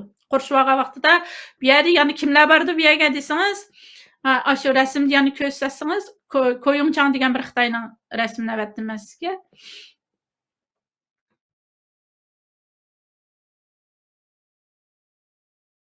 Bir turib aytang, buni bir tanishtirib aytay. Buning ismi Nurlan. Bu munayta qozoq, buningki dadisi Anvarbek degan il oblastlik qurolliq saqchi qismlari zo'ravonlikning oldini, terrorlikning oldini olish birnima deganlarning eng katta amaldori. Xitoy G'ulji shahrida Uyg'urlarni tutib turishda dang chiqargan intayin mashhur jallod Anvarbek deganning o'g'li bu Nurtay degan. Buningki G'ulji xalqi buningki Uyg'urlarni tutib turish, Uyg'ur yoshlarini tutib turishda shunchalik dahshatli muhim rol o'ynaganligini hamma odam G'ulji biladi. Mushumi borgan shu kunki To'qo'chiz vaqasiga. Borgandan keyin shu uyning ichiga yushinib olgan shu Tursun Salay. U 30 yoshga bormagan yosh bola. Shu Longfeyninki qo'lidan tortib olgan avtomat bilan aşağıda o'qitib Xitoy askarlarini. Koyongchang degan ma'noda yana bir Xitoy bor. Yana bir rasmdagi. Mushu Koyongchang deganni aytib o'tirdi. Nurlan degan qozoqni aytib o'tirdi. Mao kimninki mushu Abdurahman Fayzi deganning qo'rg'usidan o'tib o'q shunchalik ig'ir yorilinib, buni Vanglochanlar yo'qlashga keldi. Butun Xitoyning amaldorlari shu G'uljiga qarab aqidi buni yo'qlaydiganga.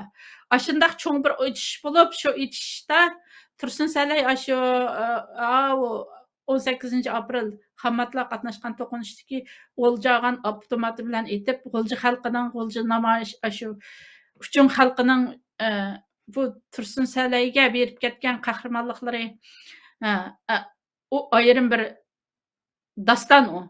Xammatning dastonining yenidagi yana bir daston. Shunda qilib oxirida shular pok yerga tushgandan keyin shu nimaninki Longfeyning Xitoyning o'zining avtomatida o'zini urib qilgandan keyin shularning dumbisidan otlab turib qechib Hamid Muhammad bilan yana bir muncha sabtashlar, yana nurg'unlagan Xitoy askarlari u yerda yorilindi. Oxirida Tursun Salay shahid bo'lgan vaqtida uning o'q tegmagan yeri qolmaganligini bildirdi shohidlar. Qo'lining ham pardalarini yitib elib bog'lab turibmishlar aytishganligini. Bular nimani bildirdi? Biz quruq qurbon berdimi bular?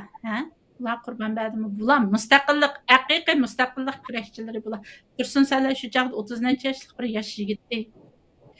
Sening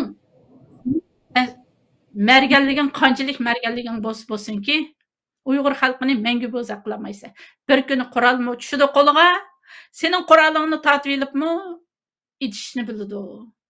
Bularningki endi oxiri yordam kelmaganligi uchunlar, bular bir qo'rshilib qolganligi uchunlar Tursun Salay shularni etib o'tirib uni qilib turdi. Hamid Muhammad qatorliq 4 bola qechib tutish buyruqlari chiqarilgan, butun mahalla tutish buyrug'i, turklarda, stol bularda tutish buyrug'i hamma labalarda, radiolarda so'zlab turayotgan palonchi Hamid Muhammad qochdi, mundaq terrorchi qochdi. Ashta qochib turayotganda G'ulji xalqi bularni qo'yniga ilib saq salomat ash G'ulji noyisidan G'ulji shahri qochib kirib G'ulji shahridan undan keyin yana chapchalga berib chapchalninkimi Xitoyning shunchalik mudofaasi kuchli bo'lgan chegaralarini buzib o'g'irlikchi qochib O'rta Osiyoga chiqib O'rta Osiyoda Qozoq hukumatiningki sotqinlik qilishi bilan 98-yilning oxiri 99-yilning boshlarida o'tkazib Hamid Muhammad hozir Urumchi siyosiy jinoyatchilar 5-turmizda. Uningdan boshqa faqat 5-fevral namoyishi qilib qatnashganligi uchun 5-fevral shu mashrabni o'ynaganligi uchun shu hozir muddas kesilib turmada yetayotgan Roz Mamat deganga o'xshash shu balla topchimanlik balla nima deyapti hozir turmada yetayotdi. Bular nima demoqchidi? Masalan siz shu 5-fevral G'ulji mashrab harakatiga qatnashgan shohidlar, Roz Mamatlar bilan paranglashgan shohidlarni anglaydigan bo'lsangiz, mashrabga hada biz qonmatdik. Mashrabga borsak, bularning mehribonligi Roz Mamat degan ash qarindishimiz bütün boyliqlarini, bütün gilamlarini shu namratlarga, qerichur boy mo'maylarga biz ular onda g'alati turib biz bunda boy bo'lib qolsak bo'lmaydi deb butunlay mehr muhabbat degan to'kilib turadi. Bizga mehr muhabbatning qandoqligini o'rgatgandi. Biz mashrabga borsak kecha soat 1-2 bo'lib ketadi. Qaytqimiz kelmay, endi qaytinglar ukam deb uzitib chiqsimi yana to'xtab, yana so'zlashib, ba'zi kunlar tong etib ketadi deydi. Mana vatan sevgisi degan. Mustaqilchi degan mundaq bo'ldi. Mustaqilchi degan mundaq bo'ldi. To'pga chiqib olib o'zining millatini tillamaydi, haqoratlamaydi, ko'ni nimalarni tatib chiqarmaydi, og'zini buzmaydi. Haqiqiy mustaqilchi degan mana mundaq bo'ldi. Munda mar ruhlari, G'ulji ruhi degan mana mundaq ruh. G'ulji ruhida chaqnagan mushriqni yana shu Abdurahmon Fayzi deganlar orqali yo'q qilgan chet ellarda hamda mustaqillik bayrog'ini ko'tarib olgan, amaliyotda Uyg'urni tillaydigan, o'zining vartasiga o'zi popurib o'ynaydigan, o'zining adamiy tashkilotlariga o'zi imzo to'plab Birlashgan Davlatlar Palayek chaqirma deydigan bir qo'shimcha qo'yay. Gulshan o'sha gapingga bir narsani kallama aytgandim, bak uzr ketganini bo'lyaptim. Okey. Burada söz senin dostum. Haqiqatan shunday. Endi bu masalanki bizning inqilobimiz men shu eng muhim narsa deb qarayman. Tarixdan beri hatto oqshom men bir turk tarixida nimalarniki ko'k turklar tarixini qaradim. Shu zamondan beri bizning mag'lubiyatimizning tuguni qandoqdir o dushmanlar emas. Shu dushmanga yontayoq bo'lgan o'zimizning ichidagi sotqinlar bo'lgan ekan. Agar dushmanni yengmak oson ekan, dushmanni yengmak oson, ammo oramizdagi dushmanning ziyni bak cho'ng bo'ldi ekan. Shu balkim diqqat qilgan bo'lishinglar mumkin. Mening butun yer yozganim shunday bir maqol tamsil bor. Teshingdagi ming dushmandan ichingdagi bir xoin yomon deb. Hatta bizning mushu mustaqillik ruhimiz bo'lsin, mayli davoning mushu davom ruhimiz bo'lsin, bu mushu ruhni, mushu bostirish vatanning ichida bo'layotmaydi, vatanning sirtidan bo'layotdi. Yani bir tarafdan bugunli bo'lmadi, shu 90-yillardan tortib bo'lug'liq bu ishchi. Xitoy vatanning ichida bir qor hammasini yig'ishtirib, besiqtirib, tutib, turmalarga sotilganini selib, o'ltirib bo'lib, yana quyruqlarini chet ellarga chiqarib atgan. Chunki isqo'g'lab Xitoylarda bir bor yo'q, yo'jidi degan va Xitoylarning yo'jidilari. Isqo'g'lab tutish, isqo'g'lab yo'qotish degandek. Shu isqo'g'lab tutish, isqo'g'lab yo'qotishni shu zamonlardan tortib chiqargan. Hatto 97-yili shu G'ulji voqeasi bo'lib bo'lgandan keyin, Urumchi voqeasi bo'lib bo'lgandan keyin, Yakanda, Xotanda hamiyat qirg'inchilik bo'lib bo'lgandan keyin shu joydagi qurbonlardan hayot qolgan g'ozilar bilan birga xoinlarni qo'shib avatgandek ashunda ahvol bor. Agar ashunda bo'lmagan bo'lsa, bizning shu G'ulji inqilobining ruhini davom qilamiz deb chatlarga chiqqan mening qarindishim suiqasdga uchirmaydi. Mening qarindishimning O'rta Osiyoda Sadriddin Shamsiddinning O'rta Osiyoda suiqasd uchirishi Şu qo'g'lab izdan yo'qotishninki xulosasi shu. Iz qo'g'lab yo'qotishning xulosasi. Iz qo'g'lab mustaqillik ruhini iz qo'g'lab turib, o'sha vatan davosini ojizlashtirish, yo'qotish, qirib tashlash. Bu Xitoyning vatan ichida bizning o'zimizning zaminimizni egallaguvchi vatanliklarni ular kuchiga, puliga, texnikasiga tayyorlik qilayotgan bo'lsa, vatanning sirtidami o'xshashni qilyapti. Demak, biz xalqimiz shu uyg'oq bo'lishimiz kerakki, biz nada da'vo qilmaylik, mayli vatanning sirtida bo'lsin. To'g'ri, dushmanga qarshi o'q otmoqdek oson. Dushmanga qarshi tilmoqdek oson. Hatto men shunda huzur his qilmay Xitoyning nimasini tillab nim qilsam, odatda og'zimni buzishni bilmaydigan odam Xitoychilab yoki Xitoy o'zimizning dushmanlarini qilsam, huzur his qilmaydi. Shunda yaxshi erkin tilladi. Lekin tushunmaymanki, qanday biz o'zimizning xalqqa o'zimizni qila olamiz. Hatto men o'zimizning xalqining ichidan yaralgan o'zimizning bilib turib dushmanligini bilib turibmi shularga ko'nglimda bir yomonlik o'ylamayman. Chunki ne bo'lsa bo'lsin, nejis bo'lsinmi bizning qinimizdan to'ralgan nejislardir. Mushundaq darajada endi shu mening eng tushunmaydiganim eng bo'lmaganda bizning xalqimiz mendek o kadar oq ko'ngil rahimdil bo'lmasin, ammo eng bo'lmaganda vijdonliq bo'lsin. Vijdonliq bo'lsinki, kimga qarshi turishni o'rgansin-da, kimga o'q etishni bilsin. Kim dushmanligimizni aniqlasin. Bu davoyimiz huquqqa, manfaatga, dunyoga, obro'yga, pulga qurbon qilayotgandek va yoki amalga qurbon qilayotgandek u qadar arzimas iflos davo emas. Bizning davoyimiz shu qadar bir haqqoniy davoki, necha million xalqning taqdiri bizning ota bobomizdan tatib yashab kelgan muqaddas tuprog'imiz Sharq Turkistonning davosi. Shunda bo'lganligi uchun bu davo unchalar azam davo emas. Uni hamma narsaga undaq ishiltalaydigan, hamma narsaga inglizlarda bir gapda yüz deb. Unda yüz qildigan bir unda dasmiga aylanib qolsin. Bizning davoyimiz muqaddas davo sifatida qolsinki, insonlarimizmi, Uyg'urlarimizmi muqaddasligini, inovatini, tarix dunyo so'rgan shu g'ururni, shu maqlab qolsin. Mening kutadiganim shu. Hammamizdan Alloh bizni inşallah. Tügülüğüm, kaçırıyorum. Adaş, Nihoyat yaxshi bo'ldi. Götürüp koyayım, nihayet yaxshi to'xtaldim. Götürüklarninki misolaga vaqtida Mao Arslan Selçuklu degan kinodimi? Shunda bir hikmatli gap bor. Ikki narsa og'dirlaydi. Birisi dushmandan kelgan marhamat, birisi o'zimizning kelgan ihanat deydi. Birisi dushmandan kelgan marhamat, birisi o'zimizdan kelgan ihanat deydi. Abdurahmon Fayzi deganning shu to'qinishdan keyin butun televizorlarda, g'uljidagi matbuotlarda eqib tushgan bir so'z bor.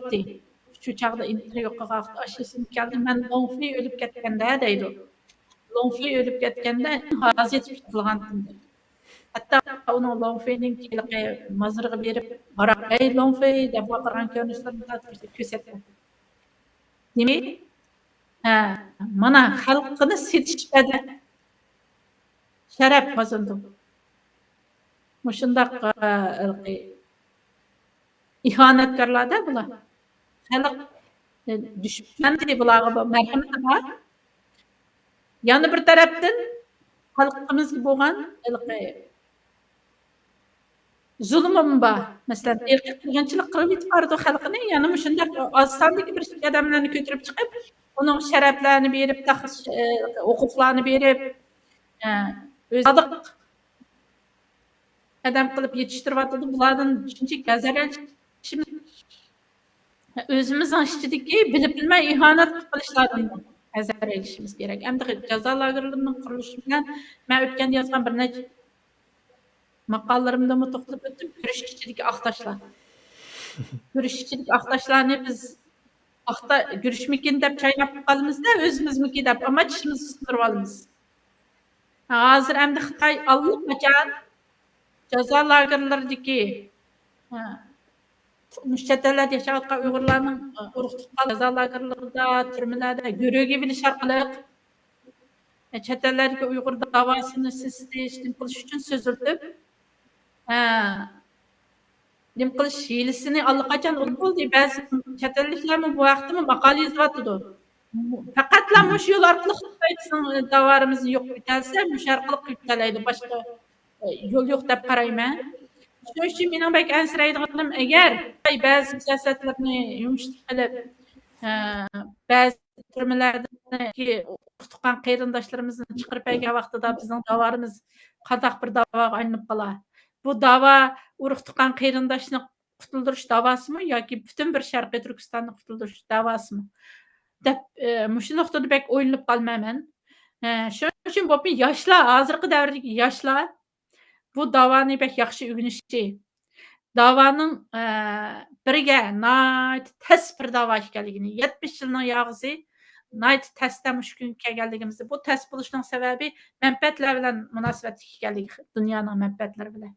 Ammo dunyodagi Uyg'ur davosining, mustaqillik davosining yana xalqaro siyosatlar yo'llantirgan, boshlagan yo'nalishda ma'noligini, ular 10 yilning oldida mustaqillikdan ig'iz ocholmaydigan Uyg'urlarning bugungi kunda Amerikaning o'zining mustaqillik Sharqiy Turkiston deb berayotganliklarini burungi ahvoldan hozirgi ahvolga kelishlik yaxshi davoni yaxshi o'rganish kerak ekanda. Men davoga bir ish qilish, bayroqlarni tutib namoyishlarda turish yoki lozunkalarni tutib turish yaxshi ish, undan ish. Ammo davoning shu birinchi birinchi kesigidan tortib 70 yilgacha bo'lgan kesigidan yaxshi o'rganmagan vaqtida bahor yomg'irlariga o'xshab qolganda bir shaqirab qo'yib yo'qolib ketadigan, birla mustaqil deb to'lab qo'yib yo'qolib ketadigan. Men shuningga 5 fevral g'ulji ruhiy 5 fevral g'ulji yoshlarininki shu ruhining chet ellardagi yoshlar tarafidan chaqnashini bek umid qilaman. İnşallah. Bu ruhni o'zida umid qilaman. Deganlaringiz nihoyatda to'g'ri. Hozir Dunyo Uyg'ur qurultayida bu qatim kirgan yoshlardan biz nihoyat faxrlandik. O'z o'qiyotgan kichik ini singillarimiz qurultaylarda vazifa xizmat qilyotidi. Buningdan boshqa qurultayning sirtidami biz bilmagan sonsiz Uyg'ur qarindoshlarimiz bor. Bularni bir qismi chet elda o'qib, universitetlarni bitirib xizmatga tushgan bo'lsa, bir qismi mishada tug'ilib cho'ng bo'lgan. Bularmi Uyg'ur davosi uchun xizmat qilishga kirishdi ham qilyotidi. Hamda shu bir gap esimga kelib qoldi. Nodon do'stin aqlli dushman yaxshi deb. Haqiqatan oramizdagi nodon do'stlarimiz bizning putimizga palto bo'ladigan, bizning yo'limizni to'saydigan shundoq bir ahvol kelib chiqyotidi. Xitoy milliard dollar bilan mayli Xitoyning ichida bo'lsin, mayli teshida bo'lsin, o'zininki obrazini yaxshilash, Xitoy qarshi Uyg'ur, Tibet boshqa kuchlarni parchalashga, bularni yo'qotishga inovatini to'kish ko'rinyotidi. Buningga biz nihoyatda sagak bo'lishimiz kerak ekan. Hamda bag'ansiri siyosiy tema chiqib ketdi. Hamda Zubayra odamga yana bir savol qo'ysam, hamda shu voqeaning Uyg'ur mustaqillik tarixida qanday bir muhim siyosiy ahamiyati bor? G'ulji voqeasi yoki ro'yi bizga nimalarni qoldirdi? Biz buni qanday qilib davomlashtirishimiz kerak? Nuri Turkal apandi o'tganda shunday degan, Erkin Akram apandimi shu gapni doim deydi. Ya'ni buni davomlashtirish, mavjud narsani davomlashtirish nihoyat muhimki. Chunki biz uni o'zimizning kuchi bilan, aqli bilan davomlashtirmasak, bu hamini tarixning sahnasidan qolib qoldi. Masalan, oldimizda yana 2 kundan keyin 5 fevral voqeasiniki 20-25 yillik xotir kuni. Shunga bu to'g'riliq bir so'zlab bersangiz. Rahmat. Ko'p rahmat savolingizga. Bu nenki haqiqatan siyosiy, mayli siyosiy ahamiyati olsun, boshqa ahamiyati nihoyatda zo'r. Buni hargiz qat'iy unutilib qolmaslik kerak. Turklarning bir gapi bor, unutmaymiz, unutildirmaymiz degan bir gapi bor. Shu aynan bizmi unutmasligimiz ham unutildirmasligimiz kerak. Buningda faqatla men bu yerda mening oilam uchun demayman. Men azaldan bizningki bu da'voga kirishimiz, mujodilamiz ailemiz uchun emas, bu vatan millatning davosi bizning yukimiz. Men bayım sizga degan, hatto men kichik vaqtimda tehi vatanniki vaqtimiz bildatdi bu elning beshiga kelgan alam deb. Shundaq bo'lganligi uchun bu G'ulja voqeasininki, bu G'ulja qirg'inchiligininki bizning siyosiy ahamiyatining qandoq muhim degan vaqtda bu birinchi, ya'ni Xitoyga o'chirg'ash bizning yoshlarimiz o'chirg'ashkar holda ko'chalarga chiqib o'zining Xitoyning bizga qaratgan qirg'inchilik siyosatiga qarshi o'chirg'ashkar ular qarshilik ko'rsatdi u chog'da. Xitoy uning shu chog'dagi Xitoyning bizga o'zi atalmış qonunlarda yozgan diniy erkinlik siyosiy amaliyot hech qanday amalashmagan. Uningdan sirt Xitoy bizning o'zimizning milliy kimligimizni yo'qotish uchun bizning urf-odatlarimizga qarshi, bizning diniy e'tiqodimizga qarshi bizning xalqimizni zaharli chekimliklar bilan zaharlashga, yoshlarimizni zaharli chekimliklar bilan yo'qotishga uringan. Bundaqcha aytgan vaqtda bu yana bir ijtimoiy tarafdan aytgan vaqtda bizning Uyg'urlarning urf-odatlarimizga qarshi, dinimizga qarshi, ham shuning bilan birga bizni bir millat sifatida yo'qotishning, ya'ni qirg'inchilikning dastlabki boshlanishi degan gap. Demak, shu chog'dagi bu G'ulji mashribi yoki G'ulji shu harakati inqilobiy Xitoy hukumatining shu g'arazini aniq bilgan shu chog'da. Demak, bizga qarata qirg'inchilikning boshlanganligini, ya'ni yoshlarimizni zaharlab qirish bilan birga bizni dinimizni yo'q qilib, dindan so'zlashtirib, din bizniki milliy kimligimizning ayrilmas bir qismi. Biz diniy kimlik bilan milliy kimlik bizga chambarchas bog'lashib ketgan. Biz agar diniy e'tiqodimizdan ayrildik degan gap, biz milliy kimligimizni yo'qotishga qarab mangdik degan gap. Dal shunday bir narsani shu chog'da G'ulji ko'rib, bu yerdagi bu inqilobimizning, G'ulji inqilobimizniki tarixiy, siyosiy ahamiyati bizningki o'zimizniki siyosiy mustaqillik, milliy mustaqillikninki bo'lmasa bo'lmaydigan eng ehtiyojli bir muhim nuqta ekanligini shu chog'da ko'rsatdi. Endi shu hamda shundaqda shu xalqimiz bizniki shu chog'dagi yoshlarimiz o'zimizning jini bilan buning qarshilik ko'rsatdi. Shu chog'da shu qarshiliklar bo'lmagan bo'lsa, agar shu uyg'unishni bizning xalqimizga, shu oqartishni xalqimizning ideyasiga solmagan bo'lsa, bizning xalqimiz Xitoyga assimilyatsiya bo'lib qilishi texim tezlashib ketgan bo'ladi. Bu mundaqcha aytgan vaqtda bizning xalqimizga bir uyg'unish solgan, davomli holda bizning o'zimizning siyosiy mustaqillik engimizni tutib turishimizni, kurash ruhimizni yo'qotmasligimizga bir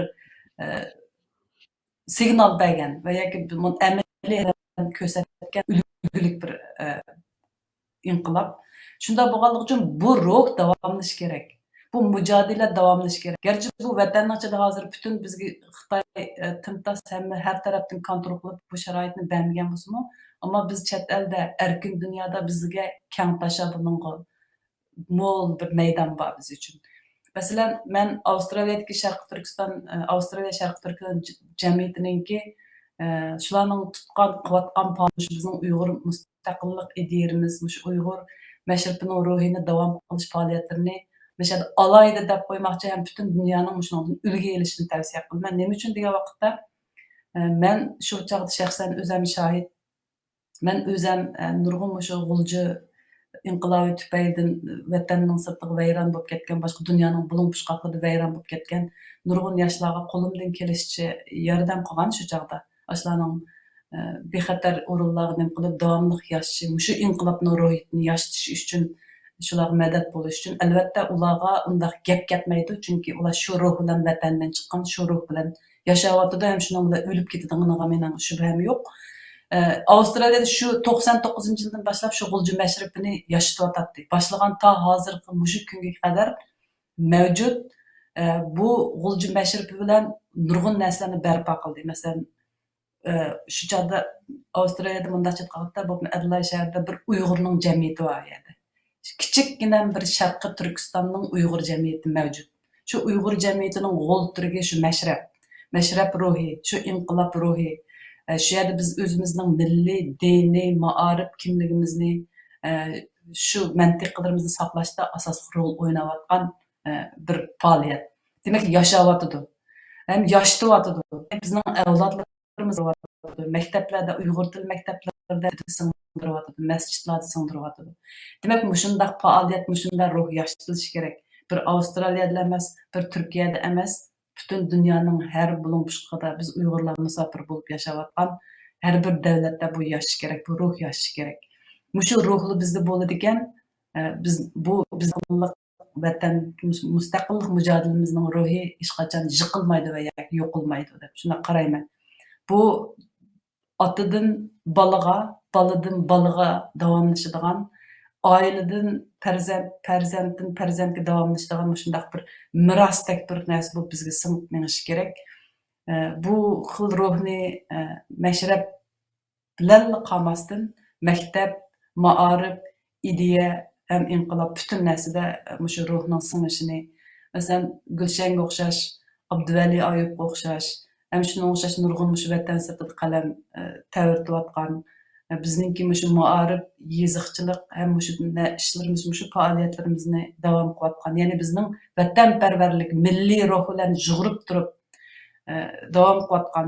Masalan, har qanday bir millatningki millat sifatida yashash uchun uningda bir tuproqningki muhimligini, agar o'zingizning bir mustaqil vatani bo'lsa, ne kunlarni ko'rganligingizning mayli siz qanchalik muvaffaqiyatli, qanchalik qo'lingizdan ish keladigan bo'lib keting, xalqning yurtida, boshqa bir tuproqda sizning baribir shu tuproqdagi bir tomcha yoki shu tuproqdagi bir inson qatorida bu dunyodan ko'chib ketadiganligingiz, shundoq bir narsaning mavjudligi aniq.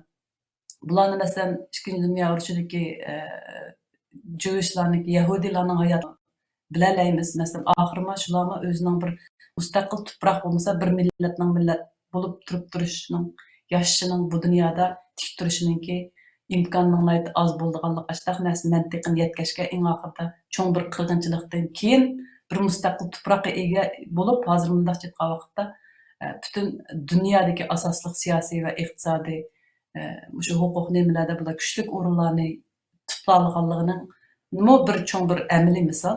Shunda bo'lganligi uchun biz Uyg'urlardimi ashundaq bir o'lmas ruh bo'lishi kerak. O'lmas asta yashaydigan ruhning bo'lishini umid qilman.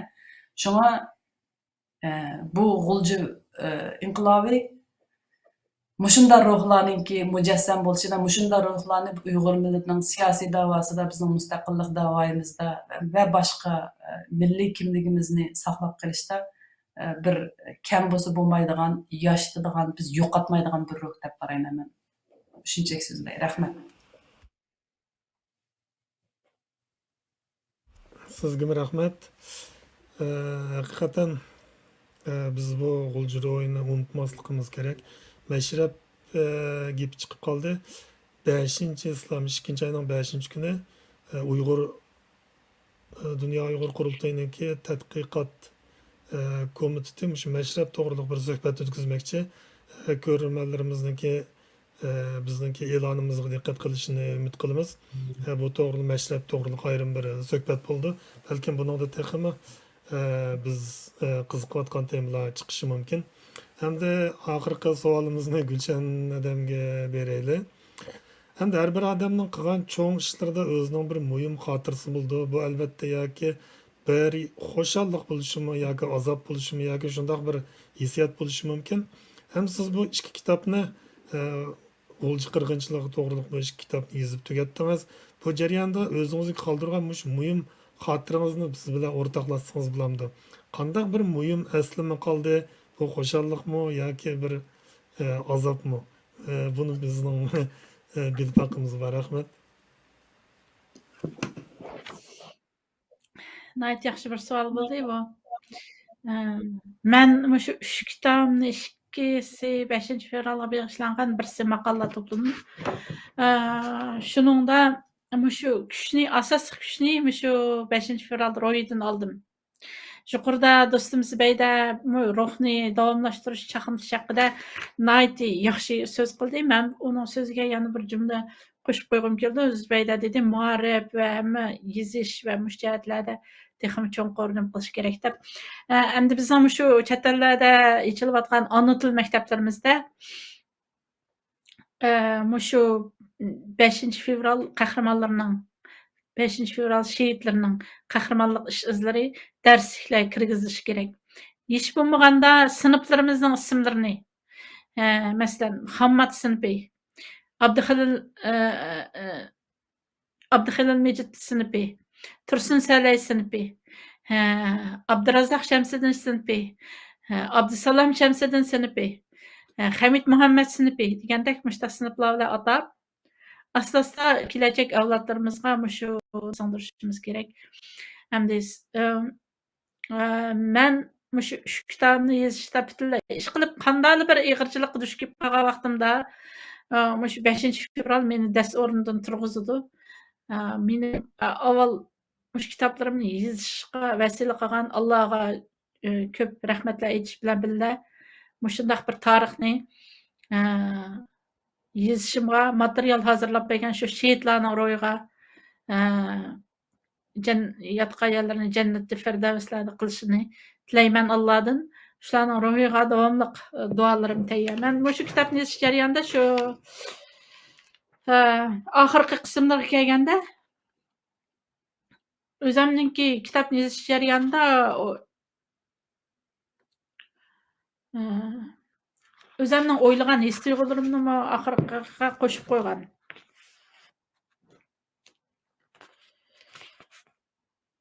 Shuning ichidagi mening o'zimniki birsini o'qib beray. Shuning bilan agar xohlasangiz suhbat oxiriga tutsak bo'ldi. Agar Zubaydaning boshqa Rahmat. qo'shimcha qilganlar bo'lmasa, shu kitobni yozgandan keyin kitobning oxirida 529-betdan boshlab Abdurning 5 fevral arxivlari nomli kitobning 2 qismini yozish jarayonidagi his tuyg'ulari degan bir bobni qo'shgan. Men shuningda har kuni yozish jarayonida Abduhalil Mejidlar bilan fikrlashishlarim, Hammad va boshqa shehidlarimiz bilan fikrlashishlarim nima qilgan. Shundan keyin 4-chi ishki hissiyotimda shunday deb yozib ekanman. Salom shehidlar, millatimizning sarxil yigitlari.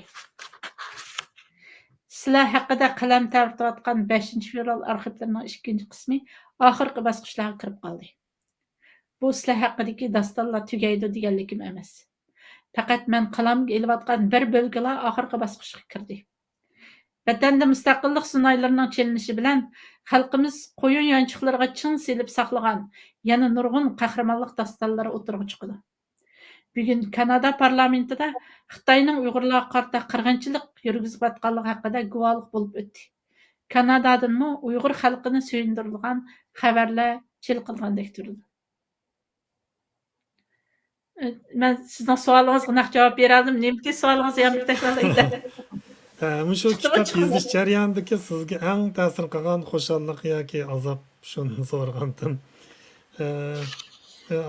Javob berdingiz. Berdim deb o'ylayman. Albatta.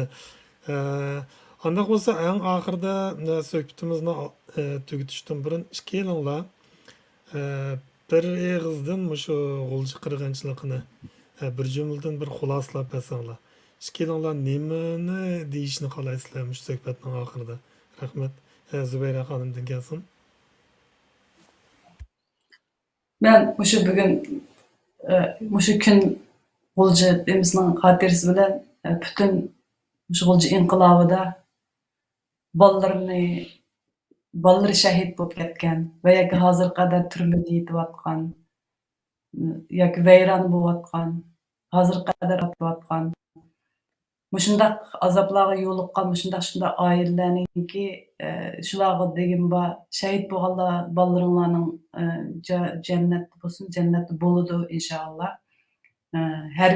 Hammanglarning hargiz pushmon qilmasliginglarni faxrlanishing. Chunki men faxrlanaman. To'g'ri, yo'qotdim. Yani desem yani shu dattatdim, ammo o'lib ketmadim, o'lib ketmaymiz. Faxrlanayli. Chunki ular bizning millatimizning faxri. Shuni deb qo'ymoqchi. Uningdan sirt yana bir qitim butun shahidlar oilasiga meningdan cheksiz hurmatlar ham salomlar. İnşallah qo'limizdan kelgancha hayotli bo'ldi ekanman.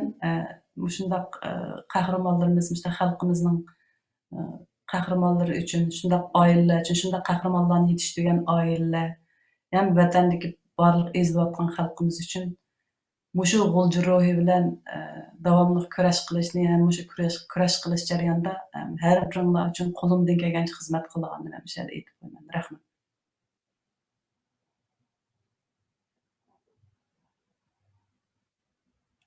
Avaz yo'q. Gulshan xonim, siz bir xulosalab bersangiz.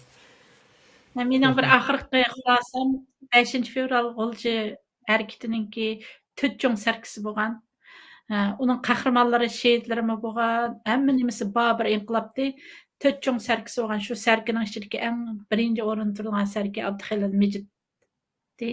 Abduxalil Mijitni bir ta'riflab berish bilan oshuning ro'yini har zamon chaqnatish yo'lida izlanishimiz kerakligi haqida to'xtalib undan oxirlashtirayman.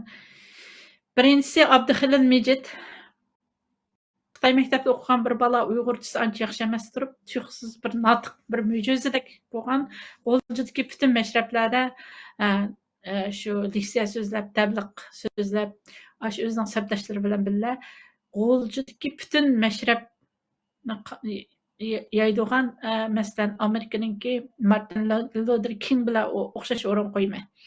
Ikkinchisi Yunan faylasufi Sokratga o'xshash o'rinda qo'yma. U birisi yuqorida deb o'tib ketganimdek, u o'zini so'roqqa tortmagan kishi yoki millat yashashga arzimaydi, hayot o'zini so'roqqa tortmagan hayot yashashga arzimaydi degan narsani G'uljida bek yaxshi qanot yaydirib o'rnidan dasturgan. Mushu ruh bilan chet ellardagi Uyg'ur yoshlarining o'zini yana bir qitim so'roqqa tortib beqishini umid qilaman. Ondan keyin Abduxalil Mijit yana İlham To'xti bilan o'xshash o'rin qo'yma. İlham To'xti Xitoyning milliy siyosatga qarshi aniq maydonni ifodalab turmalarda yetayotgan bo'lsa, Abduxalil Mijit Xitoyning diniy siyosatga qarshi ochiq oshkor holda o'tirib chiqish orqali o'zining yosh jinidan ayrildi. Uningdan boshqa Abduxalil Mijit yana Pravinning ordusidagi Osiyoga o'xshataman. Pravinning ordusida turib, Pravinga nayt ochiq oshkora o'tirib chiqargan Osiyo onamizga o'xshataman. Uning bilan oxirgi yillarga kelgan vaqtida Xitoy sulhi salo qilgan. Sana 5 fevral g'ulji inqilobini qorlab mashrablarni xato o'ynabdi. Partiyaning diniy siyosati to'g'ri, biz xato bo'lib qopti da. Biz namoyishga chiqmaydiganimiz xato bo'lib qopti da.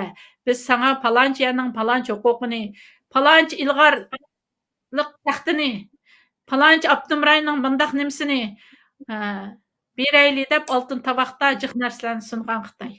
Lekin bularning hammasini rad qilgan. Chunki nima uchun rad qildi? Bundaq qilgan vaqtida o'z xalqining, shu butun Uyg'ur xalqining milliy ruhiyatini sindirib qo'ygan bo'ladi. Ikkinchi qitim xalq bundaq bir ruh bilan uyg'onib, yana bir kurashga kirmaydi. Chunki hamma odam deydi-da, sening ma kurashga chiqqan odamlaring oxirida Xitoyning bir huquq berishiga, bir sharaf taxtasida o'rin berishiga aldinib mana bundaq bo'lib ketdi-ku. Burunmi bo'lgan Xo'janiyoz hojilarning, Temir xalqlarning Xitoyning oldiga amal bas ketadigan ishlari yana bo'pti. Endi qaysi olimizga yana bir inqilob boshlaymiz deydigan ruhni sunib qolmaslik uchun, shu ruhni yashatish uchun o'zining yosh jinini qurbon qilgan. Oxirida deydiganim 5 fevral g'ulji inqilobi haqida bilmaydiganlarimiz, biladiganlarimizdan intayin jiq. Biz yozayli, so'zlayli, xatir qoldirayli. Chunki yozmagan, tarixlarni o'zi yozmagan, o'zining qalamlarida yozmagan millatlarning ustidan tarixlarni yana qayta takrorlatadi zolimlar Xitoyga o'xshash. Chunki hozir yana bizning tarixlarimizni Xitoy takrorlatyapti, bizning beshimizga kelgan zulm. Nimishga? Chunki o'zimizning qo'limizda qalamlarimiz bilan tarixlarimizni yozishni to'sib kelgan. Agar biz tarixlarimizni yozib, shunday kitoblarni qilib qo'yib qo'ygan vaqtimizda kelajak avlodlarimiz cho'qim Xitoyning yoqasini siqidi. Kitoblar, paktlar, shohidlarning so'zlari nima qildi? U chaqda Xitoy mangu bizning ona vatanimiz Sharqiy Turkistonda bexatar rayon barpo qilolmaydi. Mangu qanchalik marganlarni ekansin, qanchalik tanklarni ekansin, qanchalik askarlarni ekansin. Buningga bizning Sharqiy Turkiston 5 fevral shehidlari bizga anda isil ruhlarni qoldirib ketgan. Buni shundaq bir xalq ekanligini bilish kerak, Uyg'ur xalqi. O'rganish kerak tarixlarni. Ko'pdan ko'p rahmat. Menimcha programmamiz nihoyatda ahamiyatli ham tarbiyasi kuchli bir programma bo'ldi. Qimmatli vaqtinglarni chiqarib programmamizga kelganinglar ko'pdan ko'p rahmat aytaman. Buning bilan birga teninglarning salomat ishlaringlarning o'ngishli bo'lishini biz umid qilamiz. Shuning bilan rahmat. Shuning bilan programmamiz mishada oyoqlashdi. Qadrli ko'ruvchilarimizning qimmatli diqqatiga rahmat. Saytimizni texnik yaxshilash uchun fikr taklifinglar bo'lsa, bevosita bizga yo'llashinglarni umid qilamiz. Aziz ko'ruvchilarimizning kanalimizga a'zo bo'lishni va hambarlishni unutib qolmasligini umid qilamiz. Xush vaqt bo'linglar. Allohga omonat. Xo'sh. Sizga Allohga emanet bo'ling. Alloh'a emanet. Rahmet.